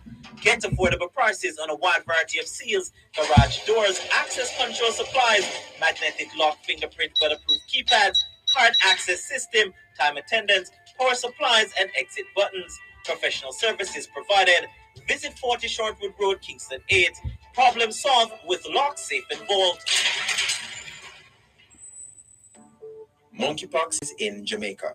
If you are experiencing fever, intense headache, muscle aches, and or rash on the skin, you must isolate immediately and call ahead to your health center or doctor before visiting. All members of the public should wear a mask, frequently wash hands, and practice physical distancing. A message from the Ministry of Health and Wellness. You're listening to Your Legal Corner, your source of information on all matters regarding U.S. immigration. You can call in with your questions and concerns on 876-922-411225. You can send a text or WhatsApp message to 876-279-8598. Now, back to Your Legal Corner during both sides of the story on Power 106 FM. Here's a reminder, the numbers to call if you have any questions, any issues pertinent to immigration matters. Now is the time. This is the place. Here are the numbers. 876-922-4112-5. 876-922-4112-5. The text and WhatsApp line are one and the same. The number 876-279-8598, 876-279-8598, and you can email yourlegalcorner106@gmail.com. That's yourlegalcorner106@gmail.com. Here's another message for you, Delia Walker Huntington, from someone who goes by the moniker Fimi Style Hair Accessories. So the person says, good afternoon. My dad filed for me in 2017. I am over 21 and not married. He was a green card holder at the time. He's now a U.S. citizen. If I move over to the F1, am I going to the back of the line? Well, you're one would think that being the beneficiary of a U.S. citizen petition would get you through faster than if the petitioner were a green card holder. But as a green card holder, she was in the F2B category. And that F2B category, they're working on September of 2015. But the F1 category, which is the adult unmarried son or daughter of an American citizen, is the same as the first inquiry. They're working on December 1 of 2014. So it's taking a little longer in that category. So when this happens, Durban, they have the option of remaining in the green card holder category, the F2 2B, or switching to upgrading the filing and moving to the F1. It fluctuates. Sometimes it benefits you to move, and other times it does not benefit you to move. You don't go to the back of the line, you just assume the priority date that they're processing for the category that you're in. Going to the back of the line would mean that you're starting over. You're not going to start over, but she needs to look at the analysis and decide whether it's in her best interest to upgrade the filing, excuse me, or not. This information is on the State Department's website, travel.state.gov. Visa bulletin. Every month they update it, and you can actually see older ones. So if you want to look at the trend of what's been happening in your category, you can go back for several months, years actually, to see what the priority date was in your category, let's say a year ago. So for persons who are waiting, find out what's going on with their petition approved, or they're waiting for the them, you can go to travel.state.gov for gov and search for visa bulletin, and you can look at where you are. All right, let's go to a call. Ms. Dahlia, 876-922-4112-5. The feature is called Your Legal Corner during both sides of the story here on Power 106 FM with U.S. Immigration Attorney Dahlia Walker Huntington. Hello, good afternoon. Thanks for calling. Go ahead, please. Hello, Mr. Malcolm. Good evening, sir. Good afternoon. Yes, sir. I would like to ask the immigration lawyer, see? She's listening. Go ahead. Yes, I have a case. I get deported in 2011. I was a green card holder, and they kept me with a little bit, like quarter pound of marijuana from my own use. I didn't hear call it quarter pound of marijuana and what? It was for use, my own purpose. Okay. Yeah. Well, unfortunately, sir, quarter pound of marijuana is not considered personal use. Personal use is anything under 30 grams, which is a little more than an ounce. So if you had that much marijuana, did they charge you with trafficking? They charged me, and the judge gave me bond over. Okay, but what did they charge you with? They charged me for marijuana, right? And then the judge gave me bond over, right? And I was going back to Arizona. And when I reached El Paso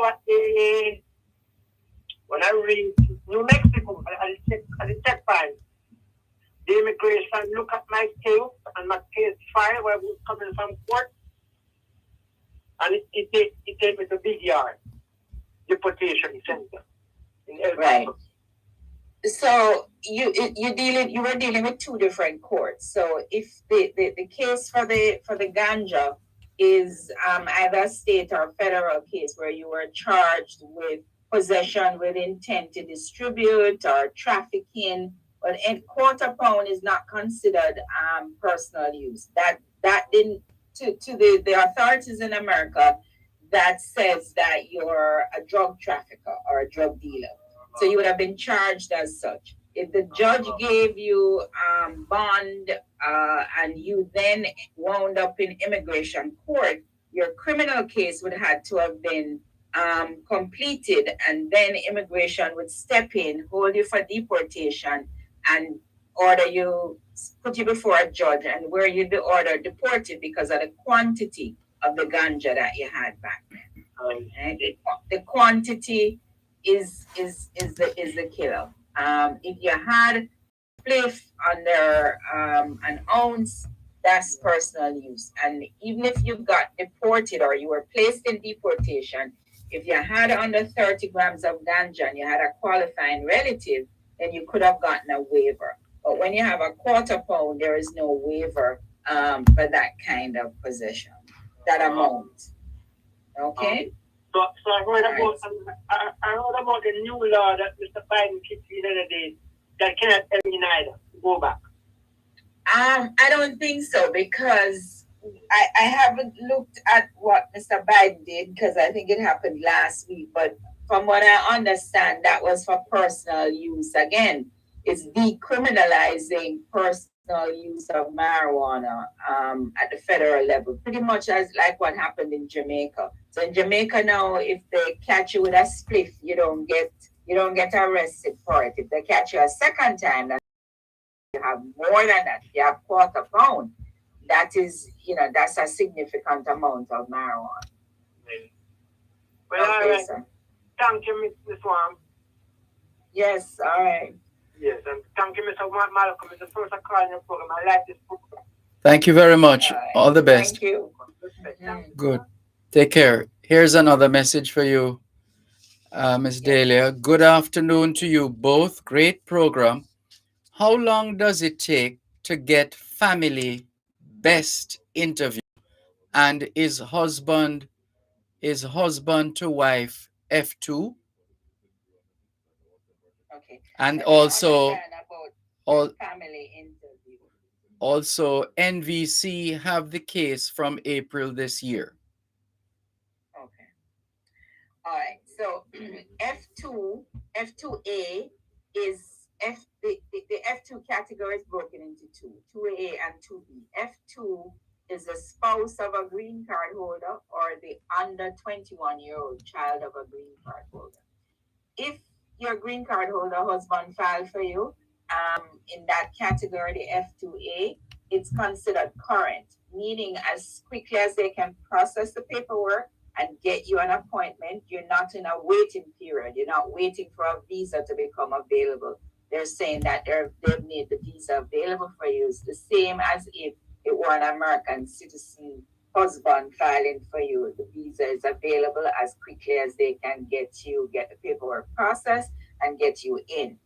Now, if this person is in the F2A and their file has been at NVC since April, then I would want to question what's been happening. Because once a file is at NVC, you're supposed to pay the visa fee, do the visa application, do the affidavit of support, and submit your civil documents.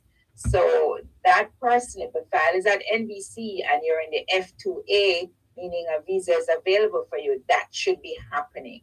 If you're in the F2B, meaning that you're the adult unmarried son or daughter of a green card holder, then the file may be at NVC, but they're not ready to start processing you yet. So because that's gonna be based on your priority date. It's important to know these distinctions, but generally that's the information for the F2A and the F2B. And for those who are still querying, and we're almost at the end, for those who are still querying ever so often, how are things in a general sense, how are things looking, for example, for Jamaicans seeking to renew their U.S. visas? Has the time been reduced based on projections?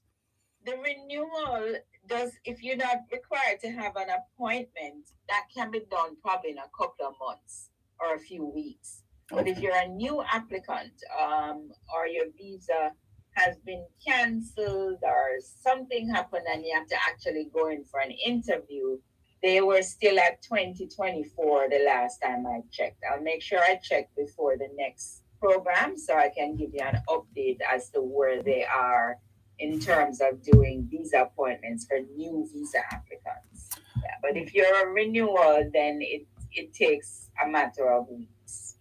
Unless they ask you to come in for an appointment, and then they'll set you down for one.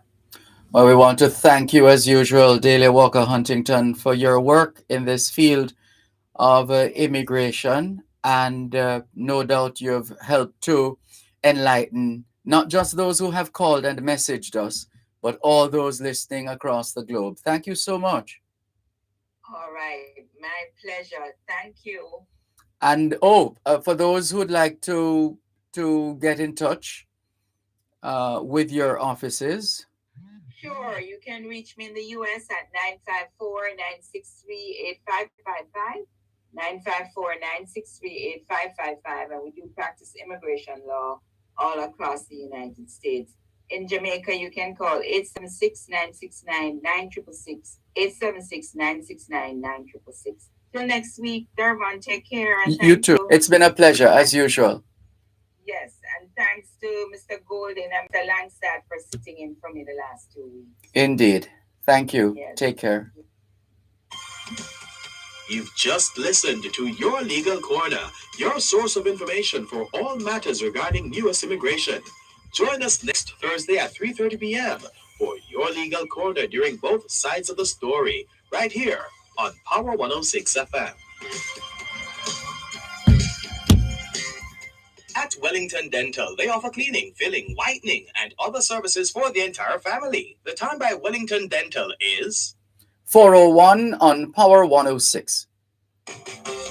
Listen to your favorite programs live on the Power 106 FM app. You can download the app on Google Play Store and the App Store. Can't catch your favorite show live? Then listen to your show on our podcast library, wherever you are, whenever you wish. Power 106 FM, the digital sound, where all views can contend. Now online via the Power 106 FM app.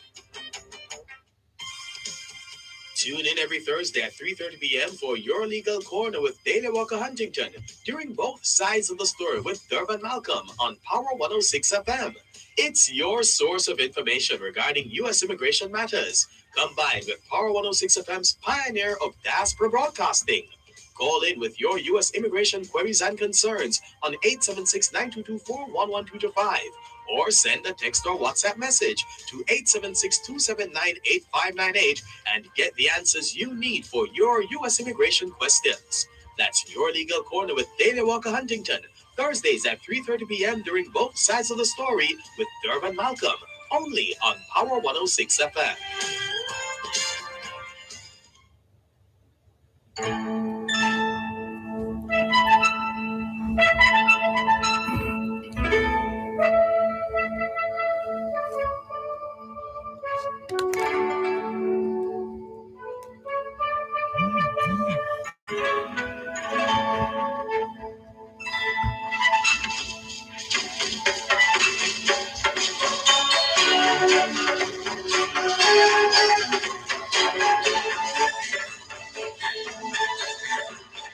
Getting me one Jamaica, Jamaica, where the golden sun rises lazily, lighting up the sky over the Caribbean Sea. Sugarcane plants and banana tree, hockey and grapefruit, whatever you please. Jamaica, Jamaica, getting me Jamaica, Jamaica, and sun rises. Que ahora es en español. Son las 4:03. Quelle heure est-il en français? Les 4:03. Make that 4:04. Time just changed. CNC, TDN le. 4 minutes past 4 o'clock in the afternoon here at Broadcast House, 32 Lyndhurst Road, Kingston 5, St. Andrew, Jamaica. Have you had a checkup lately? If not, now is a good time. Let's not wait till we get sick to get a checkup. How about that? Checking in with more on your from both sides of the story. Power 106 FM, still streaming live on the Gleaners website, go-jamaica.com, live on your smart devices all over the world. Taking your calls on 876-922-4112-5. 876-922-4112-5. Text line same as the WhatsApp number, which means you can not only send us your text messages, your WhatsApp messages, your voice notes, but you can also call us directly via the same number, 876-365-3346, 876-365-3346. To the point that was being made when we had to break for your legal corner, that was a message from Neville Salah Solomon. So he said, Dervan, the Integrity Commission said that Mr. Samuda's Mombasa grass was ethical. And he has a question sign. No, Salah. No. What the Integrity Commission said was that, and let's see if we can give you the exact words. So, according to the Integrity Commission, though it acknowledged that Mr. Samuda's actions did not rise to the level of criminality, the Integrity Commission said his acceptance of the benefit was ethically reprehensible. So not ethical, you can't leave it there, because that's not where the Integrity Commission stopped. The Integrity Commission didn't say it was ethical. They said it was ethically reprehensible. Ethically reprehensible. And so there's a thing where either something is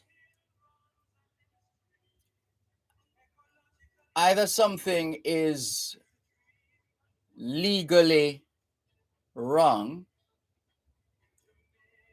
or it is, so there's a bit of a separation. If it's something criminal, then clearly it has to be dealt with in a particular way. But what we have to recognize as a people is that even though we might end up doing something that isn't criminal, there is no, legally speaking, there's nothing criminal about what you did. Of even greater importance is whether what you did was ethical, because this is fundamental. Ethical behavior is essential for leadership. It really should be essential for everybody, but even more so for those of us who occupy positions of leadership. So when you hear the word ethical, in case anybody is having a problem with the word, when you hear the word ethical, it's well, let's start with the root word, ethic. ETHIC. Ethic. What is ethic? It is a set of moral principles, especially ones relating to or affirming a specified group, field, or form of conduct. So that's ethic. The noun. As an adjective, it's relating to moral principles or the branch of knowledge dealing with these. And then now we come to ethical, relating to moral principles or the branch of knowledge dealing with these. Ethical means morally good or correct. Morally good or correct. And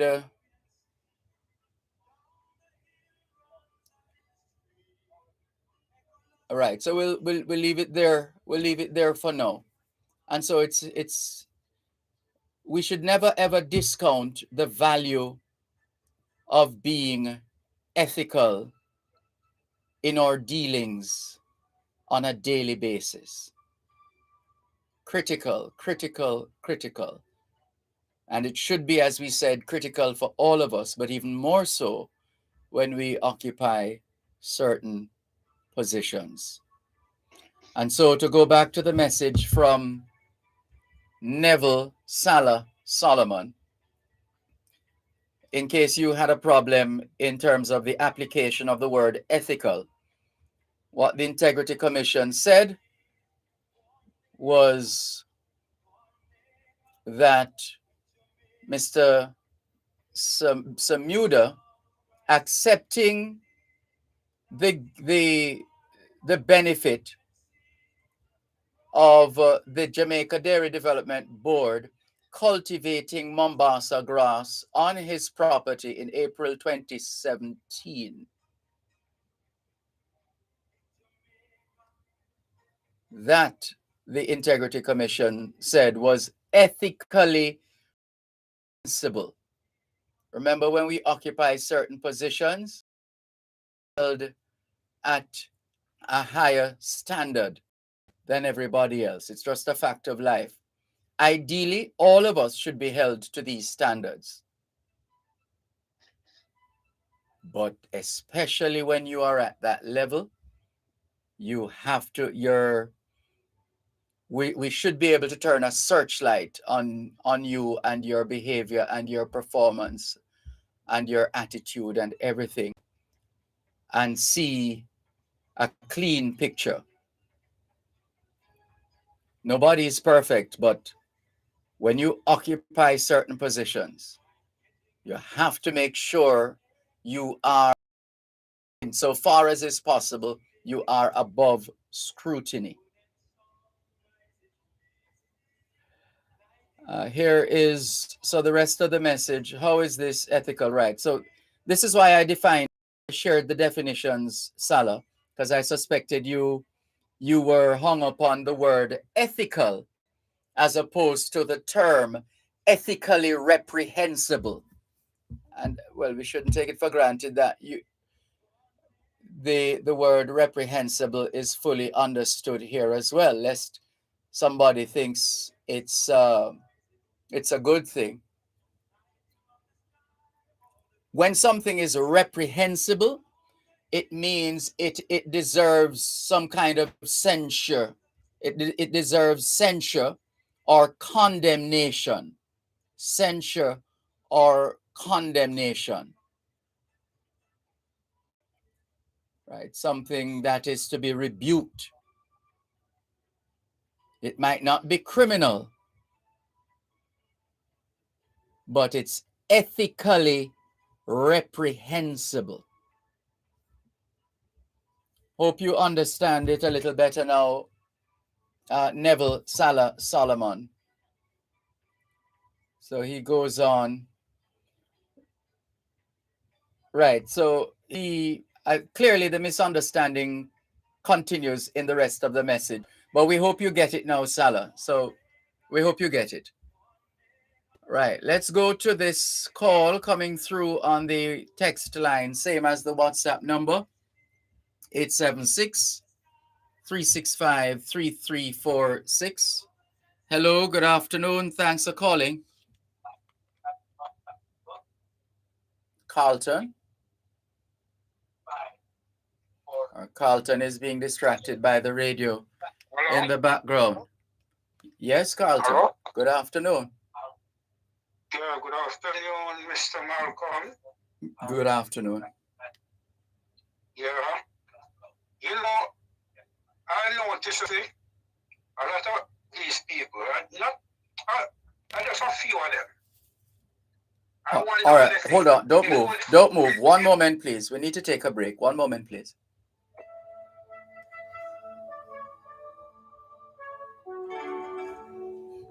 You're listening to Power 106 FM. The time is now 4:15. Farmers, come for a candid conversation with the Minister of Agriculture and Fisheries, the Honorable Pernell Charles Jr. Learn more about the agricultural sector and the role we all play with its development.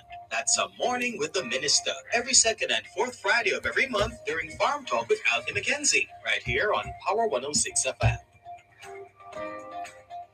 Golden sun rises lazily, lighting up the sky or the Caribbean Sea.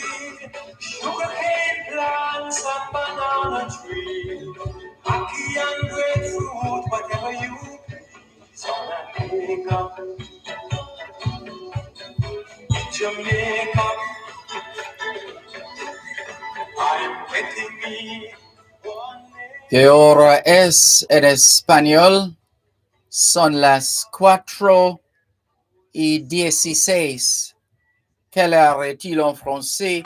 Il est 4:16. 现在几点了？10点10分。16 minutes past 4 o'clock in the afternoon here at Broadcast House, 32 Lyndhurst Road, Kingston 5, St. Andrew, Jamaica. Have you done your homework yet? If not, now is a good time. Good afternoon to all the schoolers listening to us, all the students from the early childhood level to the secondary level. Trust you had a productive day of learning today. Hope you also managed to get in some physical activity, just as important as mental activity. As we always say, young people, socialization makes you educable. Education makes you trainable. Training makes you employable. And the right attitude makes you successful. Homework time, young people. Continuing with more of your calls and your messages, 876-922-4112-5, the regular call-in lines. The text line, same as the WhatsApp number, 876-365-3346.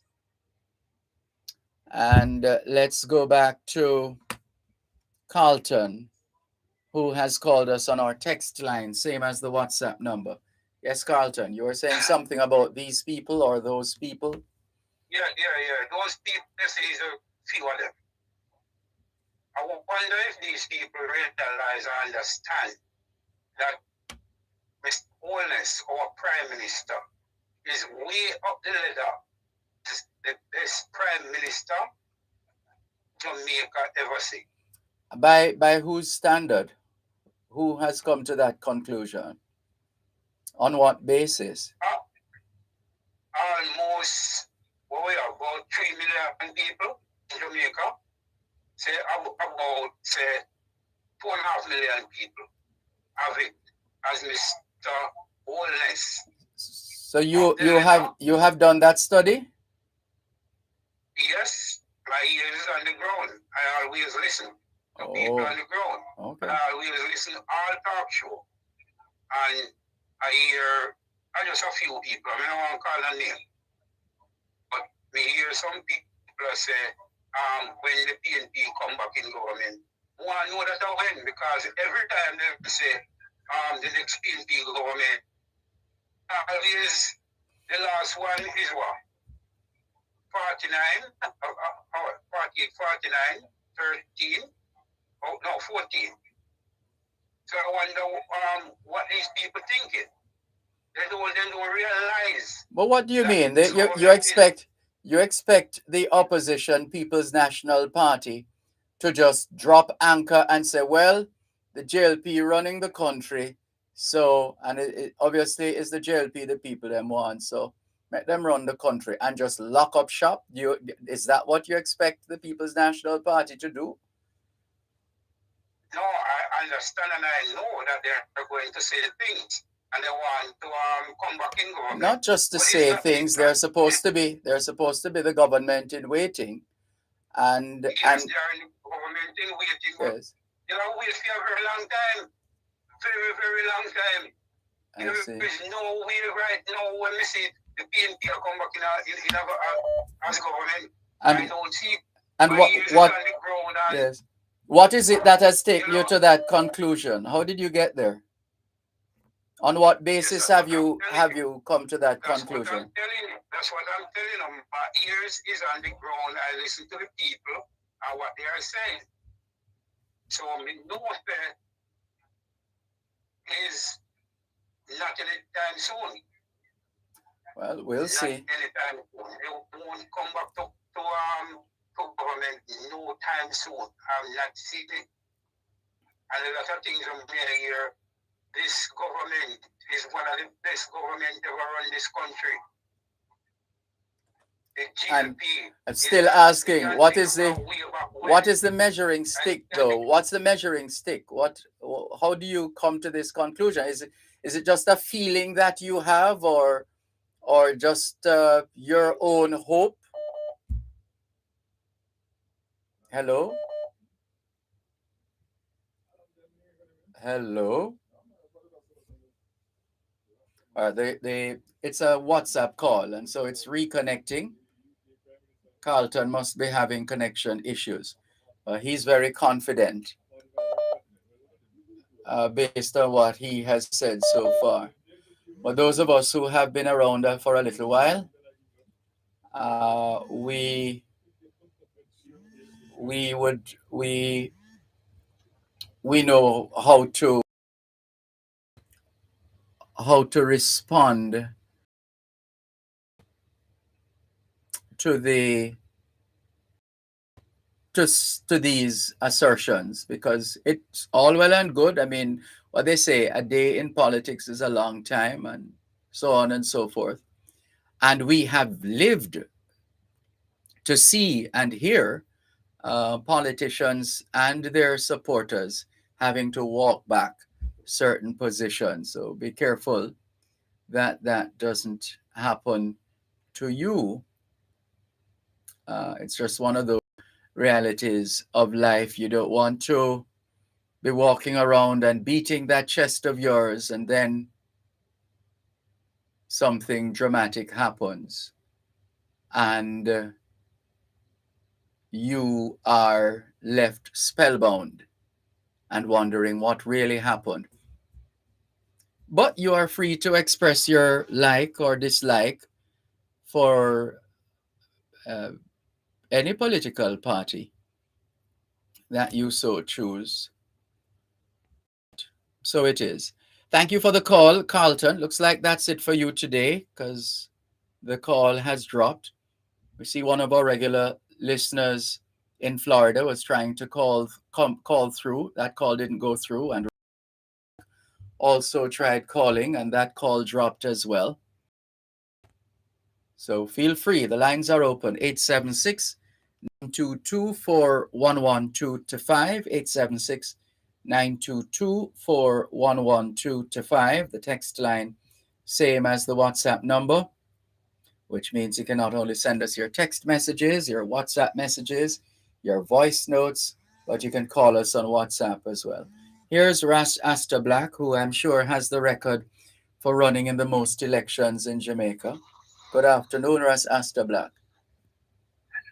Sir D, how you doing, sir? I am fine, thanks. How are you? Blessed, Father. You know, my Rastafari brethren and sister want me to run against the Prime Minister this time. Oh, so are you considering it? I'm considering coming to Kingston. You haven't answered the question. Oh my or you're keeping that one You're keeping that one close to your chest. I know, but my Rasta version think I'm a PNP, so I will not run against Andrew. But you know, I don't like the vibes with the Bob Marley beach. I think we should and give it an official name, the Bob Marley. Mm-hmm. You think you'll do that? I don't know. I mean, there are those who can always argue. But remember, people are laying claim to this land and this beach and that beach. It seems, well, most of it will have to be resolved in court. Most of what we've been seeing and hearing. Mm-hmm. But the beach belongs to the people, don't you? Well, as long as they have the evidence to show. If you're speaking in general terms to say, well, this is our country, we are Jamaicans, and we should be free to use any beach in Jamaica. To a point, you might be able to get away with that. As long as there's an entrance to the beach. A public entrance. Yeah, public entrance to the water, yes. We shouldn't, I'm not saying to invade somebody's private property. Yes. Well, the National Environment and Planning Agency, NEPA, has on their website a list of virtually every single beach in Jamaica, from Moran Point to Negril Point, from the Goat Islands to Galena Point, right around. And they are telling us that Jamaicans are not short of beaches. That's the position that they have taken. And they've also been, I think, through the working along with the Ministry of Tourism to enhance some of the existing beaches, making them more aesthetically pleasing, like Harmony Beach. Yes. Very pleased with the aesthetics at Harmony Beach. And I think if there's an entrance to that beach area that they claim is Bob Marley, well, Rastafari have to put our own name to brand that area, because the government won't do that. For example, the North Coast Highway from Montego Bay to Ochires should be named the Reggae Highway. That way we can have the ambassadors of reggae. Well, we know you have been championing that cause for some time now. Should we do a petition? You could try. All right, you join I. Huh? Will you join with Rastafari and reggae ambassadors to have that highway branded? Yeah, well, I will not be swayed by Ras Asta Black. I would want to, in my own time and space, to do my reading and analysis of the situation and then come to my own conclusion, as opposed to one fed to me by Ras Asta Black. That's the beauty of Rastafari. We have our own mind and our own education to decide our own destiny. That's what Bob Marley says. Every man have a right to decide his own destiny. And in this judgment, there is no partiality. Yes. That's the beauty of Rastafari. And I would love to see all Jamaica, especially the ones that did not vote in the last election, making us having a minority government, because it's less than 50% of people elect this government and elect this opposition, because the opposition was elected also. Yes. So the beauty of Rastafari is having your own opportunity to make your own mind up, so we love that. And so I would love to see the Bob Marley Beach getting branded by the people who did not vote for JLP or PNP. And by the way, it might be problematic in associating Bob Marley's name. Remember now, Bob Marley is what I would like to call an eternal brand. It's the brand that keeps on giving. It's eternal. There's no end in sight. What do you think if Bob Marley become a hero? Like Paul Bogle and Daddy Sharp and everybody are heroes now.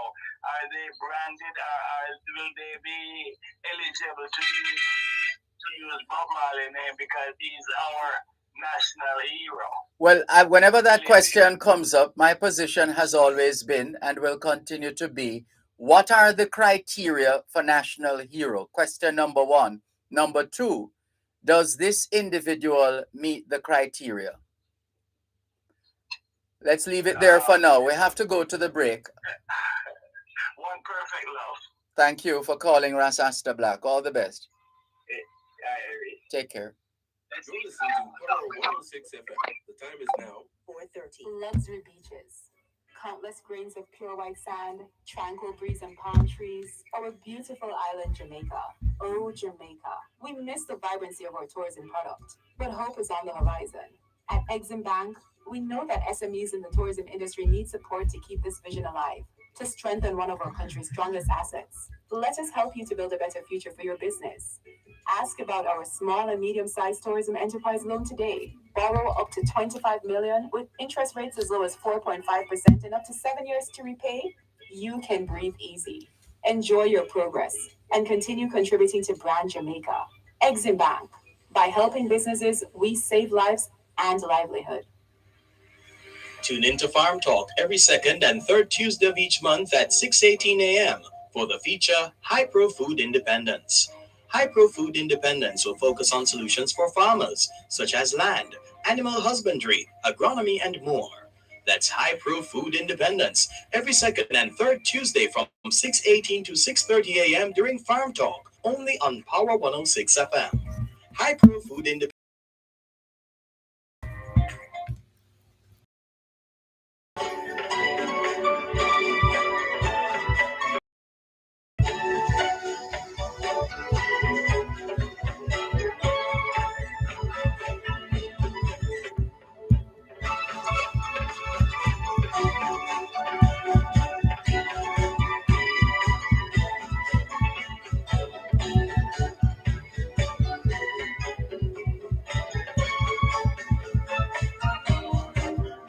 I'm getting me one acre in Jamaica, where the golden sun rises lazily. Que hora es en español? A 5:28. Quelle heure est-il en français? Il est 5h-28. 现在几点了？5:28分. 28 minutes to 5 o'clock in the afternoon here at Broadcast House, 32 Lyndhurst Road, Kingston 5, St. Andrew, Jamaica. Do you know where your children are? Are they where they're supposed to be? Doing what they're supposed to be doing?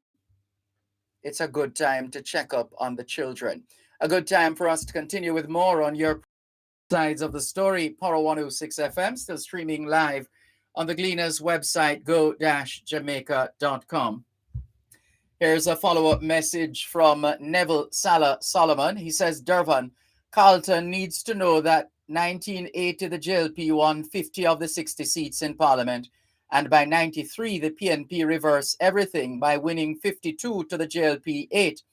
Let him go on talk. He don't know that a day in politics is a long time. I'm Salah from Kingston. Thank you for your message, Salah. Here's another message. Hi, Dervan. People seem to forget that election was held in the heights of the COVID pandemic. Many people were scared to go and vote.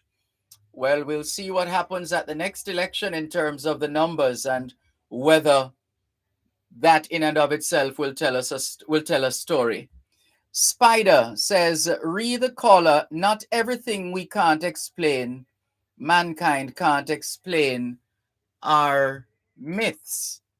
Maybe if we didn't actually see the pyramid, maybe we would have called it myth too. Wonder if some people know that some of the stones used to make some of the pyramids to modern days can't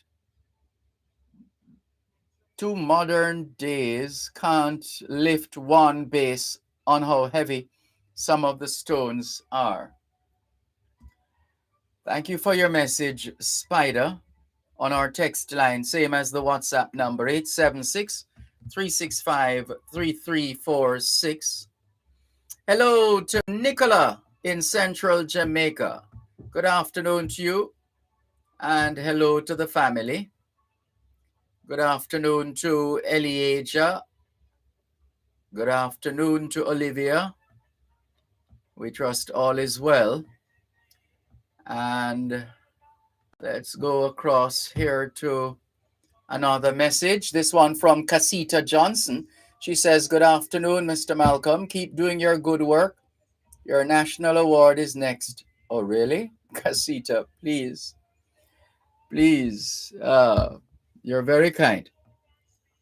We are quite contented to continue to play our part in advancing the welfare of the whole human race. And we hope to continue doing so with the highest level of humility. But you're very kind, Casita. Thank you for your message. This is your program, Both Sides of the Story, Power 106 FM, still streaming live on the Gleaners website, go-jamaica.com. Live on your smart devices all over the world, taking your calls on 876-922-4112-5. Carlton has responded to Salah.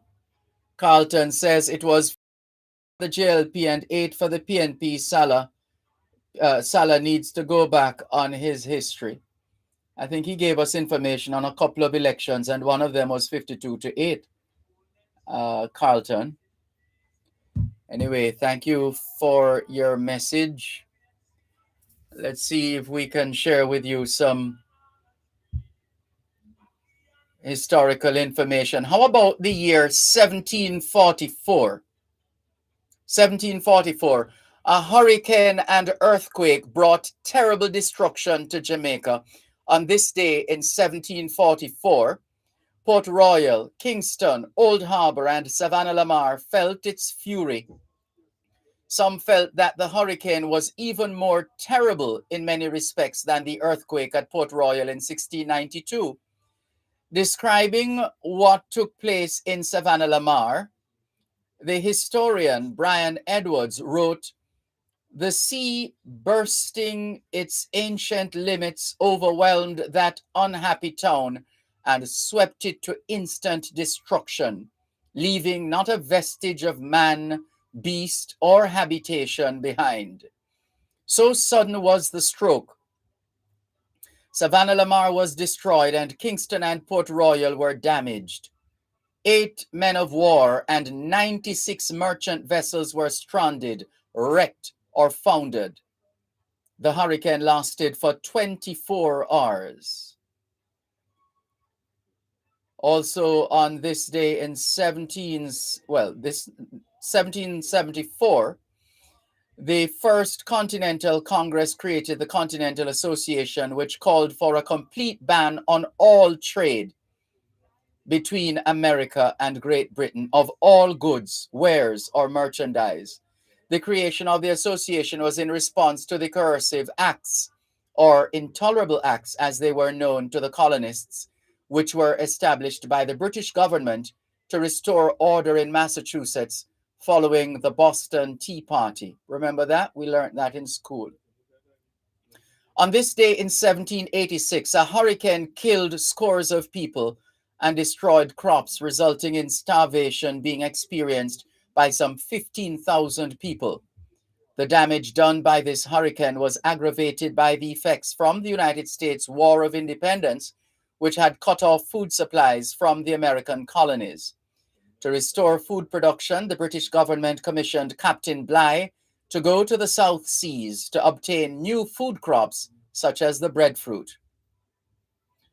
On this day in 1801 at 4 p.m., the House of Assembly met and moved over to King's House in grand procession. General George Nugent read his speech and they departed to discuss it. According to Lady Maria Nugent's diary. On this day in 1803, the U.S. Senate approved a treaty with France, providing for the purchase of the territory of Louisiana, which would double the size of the United States. At the end of the 18th century, the Spanish technically owned Louisiana, a huge region west of the Mississippi that had once been claimed by France and named for its monarch, King Louis XIV. Recognizing it could not effectively maintain control of the region, Spain ceded Louisiana back to France in 1801, sparking intense anxieties in Washington, D.C. Under the leadership of Napoleon Bonaparte, France had become the most powerful nation in Europe, and unlike Spain, it had the military power and the ambition to establish a strong colony in Louisiana and keep out the Americans. Realizing it was essential that the U.S. at least maintain control of the mouth of the all-important Mississippi River, early in 1803, President Thomas Jefferson sent James Monroe to join the French Foreign Minister Robert Livingston in France to see if Napoleon might be persuaded to sell New Orleans and West Florida to the U.S. By that spring, the European situation had changed radically. Napoleon, who had previously envisioned creating a mighty new French empire in America, was now facing war with Great Britain.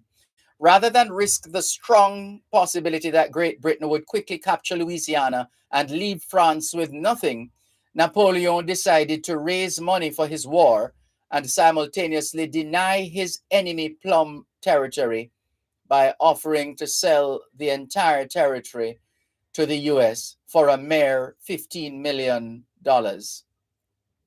Flabbergasted, Monroe and Livingston decided that they couldn't pass up such a golden opportunity, and they wisely overstepped the powers delegated to them and accepted Napoleon's offer. Despite his concerns, the treaty was ratified and Louisiana purchased. The Louisiana Purchase now ranks as the greatest achievement of Jefferson's presidency. On this day in 1810, the island of Jamaica was still feeling the effects of a hurricane which had been causing damage since October 15. Destruction from high winds and floods was evident all over the island. The Monique Lake was rising nearby, and the Rio Ho rose and spread, leaving only the peaks of the surrounding hills uncovered. People in the area built canoes to travel. There were also reports of tidal waves in Kingston and Port Royal.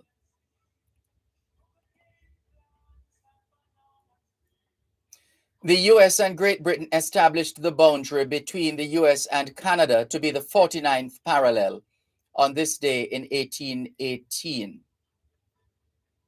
John Dewey was born on this day in 1859. The school and society, the reflex arc concept in psychology, how we think, experience, and nature, art as experience. Here's an example of Dewey's writing. Art is a quality that permeates an experience. It is not saved by a figure of speech, the experience itself. Aesthetic experience is always more than aesthetic, becoming aesthetic as they enter into an ordered, rhythmic movement toward consummation. The material itself is widely human. On this day in 1862, a letter from Paul Bogle to George William Gordon. The letter demonstrates that Paul Bogle was by no means a poor man. Paul Bogle was a baker by trade. Baking seems to have been a family profession, as both his brother Moses and nephew Henry were also bakers. And Moses is said to have had a baker's shop. Paul Bogle was also a small farmer who cultivated sugarcane, coconuts, and other fruit trees and owned horses, mules, and other livestock. Bogle had residences in both Stonygut and Spring Garden, and he personally owned a significant portion of land. This was probably facilitated through his friendship with George William Gordon, who apparently purchased land on his behalf and was later reimbursed by Bogle. Paul Bogle was reported to have possessed 500 acres of land, referred to as Domobin. More in a moment.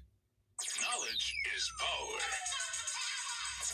Class is in session. Power 106. You're listening to Power 106 FM. The time is now 4:45. The Caribbean Maritime University, an ISO certified institution, offers Bachelor of Science degrees in cruise shipping, Bachelor of Engineering degrees, logistics, marine tourism, port management, security administration and management, and more. For further information, call 876-924-8150, 876-924-8175, or email info@cmu.edu.jm. Sunrise is busy, lighting up the sky or the Caribbean Sea. Sugarcane plants and banana tree, ackee and grapefruit, whatever you please. On Jamaica, in Jamaica. ¿Qué hora es en español? Son las 5 menos 14. Quelle heure est-il en français? Les 5 heures moins 14. 现在 几点了？5点14分. 14 minutes to 5 o'clock in the afternoon here at Broadcast House, 32 Lyndhurst Road, Kingston 5, St. Andrew, Jamaica. Good afternoon to all working Jamaicans tuned into both sides of the story here on Power 106 FM. It's a good time for us to ask ourselves, how productive have we been today? How productive have we been today? We're telling you a bit about Paul Bogle and taxes for the Domobin property were paid by H.W. Lawrence at the request of George William Gordon. From Bogle's perspective, land ownership was a symbol of wealth and, most importantly, freedom. Deacon Bogle was an influential man, not just in his community, but in the surrounding areas. His wealth contributed to his social standing and facilitated his eligibility to vote. He was one of a few in the parish who could vote, a privilege that was rare for a black man in post-emancipation Jamaica. Ownership of land was a symbol of freedom. By purchasing the land surrounding the Stonygut property, such as Spring Garden, he could keep enemies and oppressors at bay. 1865, on this day in 1865, Edwin Palmer, a black pastor of the Hanover Street Baptist Church in Kingston, was arrested in the aftermath of the Morant Bay Rebellion, taken to Up Park Camp, where he was detained and his head shaved to show he was a criminal. Baptist parsons were being accused of playing a part in the rebellion. 1865 as well, 18 men and 1 woman who were accused of participating in the riots at Morant Bay in St. Thomas on October 11 were found guilty by the military and were hanged in front of the burnt-out Morant Bay courthouse. They were immediately buried in a mass grave in front of the Morant Bay fort, immediately behind the courthouse. Philip Henry Goss set sail for Jamaica on this day in 1888. He sailed on the Cardine for Jamaica to collect insects. A couple of his fellow passengers, Mr. and Mrs. Plessing, Moravian missionaries, put him in touch with some of their colleagues in Westmoreland, namely brothers De Leon and Forrest of Savannah Lamar, Coleman of Bluefields, and Grimley of Content. Mr. Nunez is a West Indian gentleman accompanied by his 2 sons and a niece, helped him to make contact with the Honorable Richard Hill of Spanish Town. Goss's sojourn in Jamaica was a happy and memorable one. He published within 8 months after returning to England The Birds of Jamaica. Goss's other books about Jamaica are Illustration of Birds, Jamaica, 1849, A Naturalist Sojourn in Jamaica, 1851. Goss described Jamaica as giving him an interlude of tranquility in an otherwise troubled life, and Jamaican biology remains enormously indebted to the work of this obsessed and uncompromising but perceptive and versatile man. Sir James Chadwick, physicist who won the Nobel Prize for discovering the neutron, was born on this day in 1891.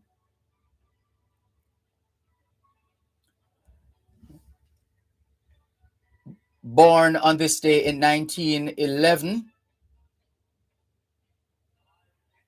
an extraordinary Jamaican woman, Madame Rose Agatha Leon, the first woman minister of government and the only politician to have held a post in the cabinet of both the JLP and PNP-led government. That the only cabinet. I think that might have been updated, or perhaps should have been updated, because it's just that I'm not remembering now whether Carlson Muda held a cabinet post, switched from the JLP to the PNP. I'm not remembering that right now. But anyway, back in time, at one point in time, extraordinary Jamaican woman, Madame Rose Agatha Leon, was the first woman minister of government, and at the time, the only politician to have held a post in the cabinet of both the JLP and PNP-led government. Rose Agatha Leon was born in Kingston, Jamaica on October 20, 1911, the daughter of Dr. R.J. Huey and Mrs. Huey. She was educated at Central Branch School, Woolmer's High School for Girls, and the Abyssinian School of Cosmetic Chemistry. Before entering the political arena, Madame Rose and her husband, Arthur Alexander Leon, established a manufacturing company, Leon's Beauty Products, in 1939, and later the decades-old Leon's School of Beauty. She joined the Jamaica Labour Party in 1944 and was elected chair of the party in 1948. Madame Rose was an ardent party activist and fundraiser, even seconding her own staff members to support the JLP's office and purchasing furniture from her own pocket. The late Lady Bustamante said of her, "No one in either the JLP or the PNP has been able to match the length or quality of her service for 12 years as chairman of the party." After winning the Western St. Andrews seat for the JLP in the 1949 general elections, Madame Rose Leon began 8 distinctive years of service as a member of parliament. After the ministerial system was established in the Jamaican Constitution in 1953, she was appointed Minister of Health and Housing. In 1960, Madame Rose left the JLP, but was unsuccessful in running as an independent candidate. In 1967, she was invited to join the PNP by the Right Honourable Norman Manley, winning a seat in the local government election in 1969. She served as chair of the KCAC Roads and Works Committee from 1969 to 1972 and as deputy mayor of the KCAC in 1971. In 1972, Madame Rose regained the West Rural St. Andrews seat for the PNP and was appointed Minister of Local Government. She lost the seat in 1976 to Dr. Mavis Gilmore and was appointed Special Advisor to the Minister of Social Security until her retirement from active politics in 1980. This allowed the manufacturing dynamo to expand her businesses and dedicate herself to the cause of local manufacturing and women's causes. She was a founding member of the Jamaica Manufacturers Association, serving as its president in 1967. She became one of their longest serving board members and was made a life member in 1993. She was also a founding member of the enduring Jamaica Federation of Women, along with Lady Huggins and Mrs. Mary Morris Knibb. Madame Rose was a dedicated wife, mother, and grandmother, and mentored hundreds of young students who became successful business owners in Jamaica's burgeoning beauty industry. Her daughter, Mrs. Gloria Millwood, succeeded her as head of the manufacturing and training businesses, and her granddaughter, Dr. Giselle Leon Rich, is a well-known authority on nutrition and wellness. Among Madame Rose Leon's many awards, the National Honor of the Order of Distinction, Commander Class, the Woman of Distinction Award from the Bureau of Women's Affairs in 1985. And look, we need another program to go through all of these accolades. We're really going to have to leave it there in a little while. It's a lot. It's a lot. And let's just go through to see if we can slip in another couple of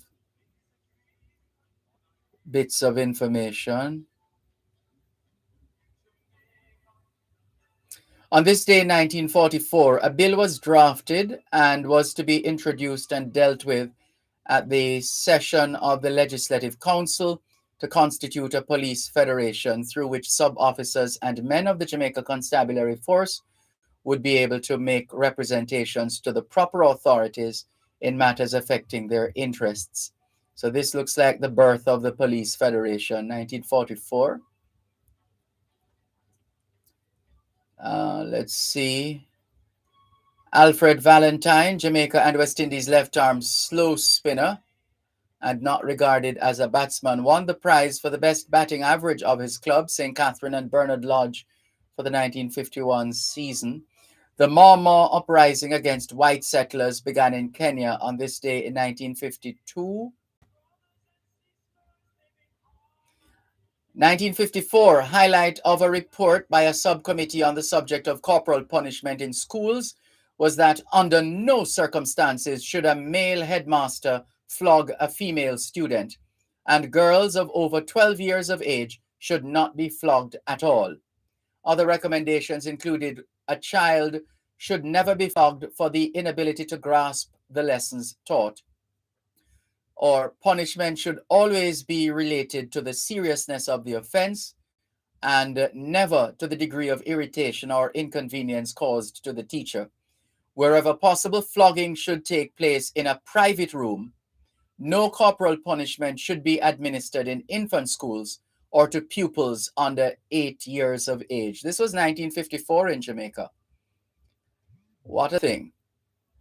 Can we thank you once again for the privilege of serving you on yet another edition of your program, Both Sides of the Story, for today, Thursday, the 20th of October, 2022. The moving finger writes, and having writ moves on, nor all your piety, nor wit shall lure it back to cancel half a line, nor all your tears wash out a word of it. All things being well, Both Sides of the Story returns tomorrow afternoon, 2 to 5. Jesse Blake will be doing duties tomorrow afternoon, and yours truly has other duties elsewhere tomorrow. And so, until tomorrow, as far as Jesse Blake is concerned, this is Dervan Malcolm reminding all of us that every day is an opportunity to do better than yesterday. Take care.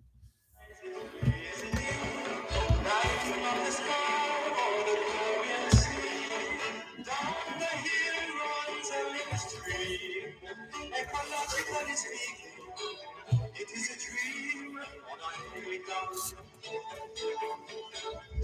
in Jamaica.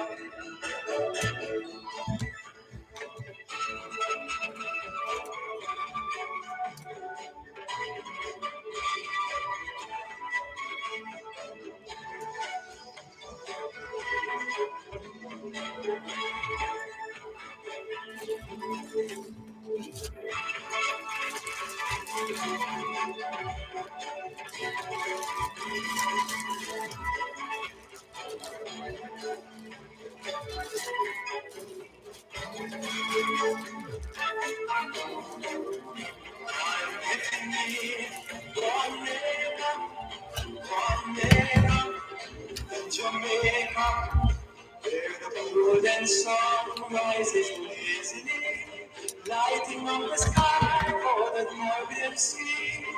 Brothers and sisters live in harmony. Peace and love and sweet Jamaica, Jamaica. Hi, Mrs. Barker. Yes, sir. Boy, I listened to the whole program. Oh, I'm happy to hear that. Turn off the TV and put it on his phone. Oh boy, I'm reading a newspaper from my The church. time is now. I didn't know that cinnamon is so good. Really? Good for so many things. All for things, you know. Good for diabetics and all that. All for things. I didn't know at all. I have to go through that section again. That is good for every sickness.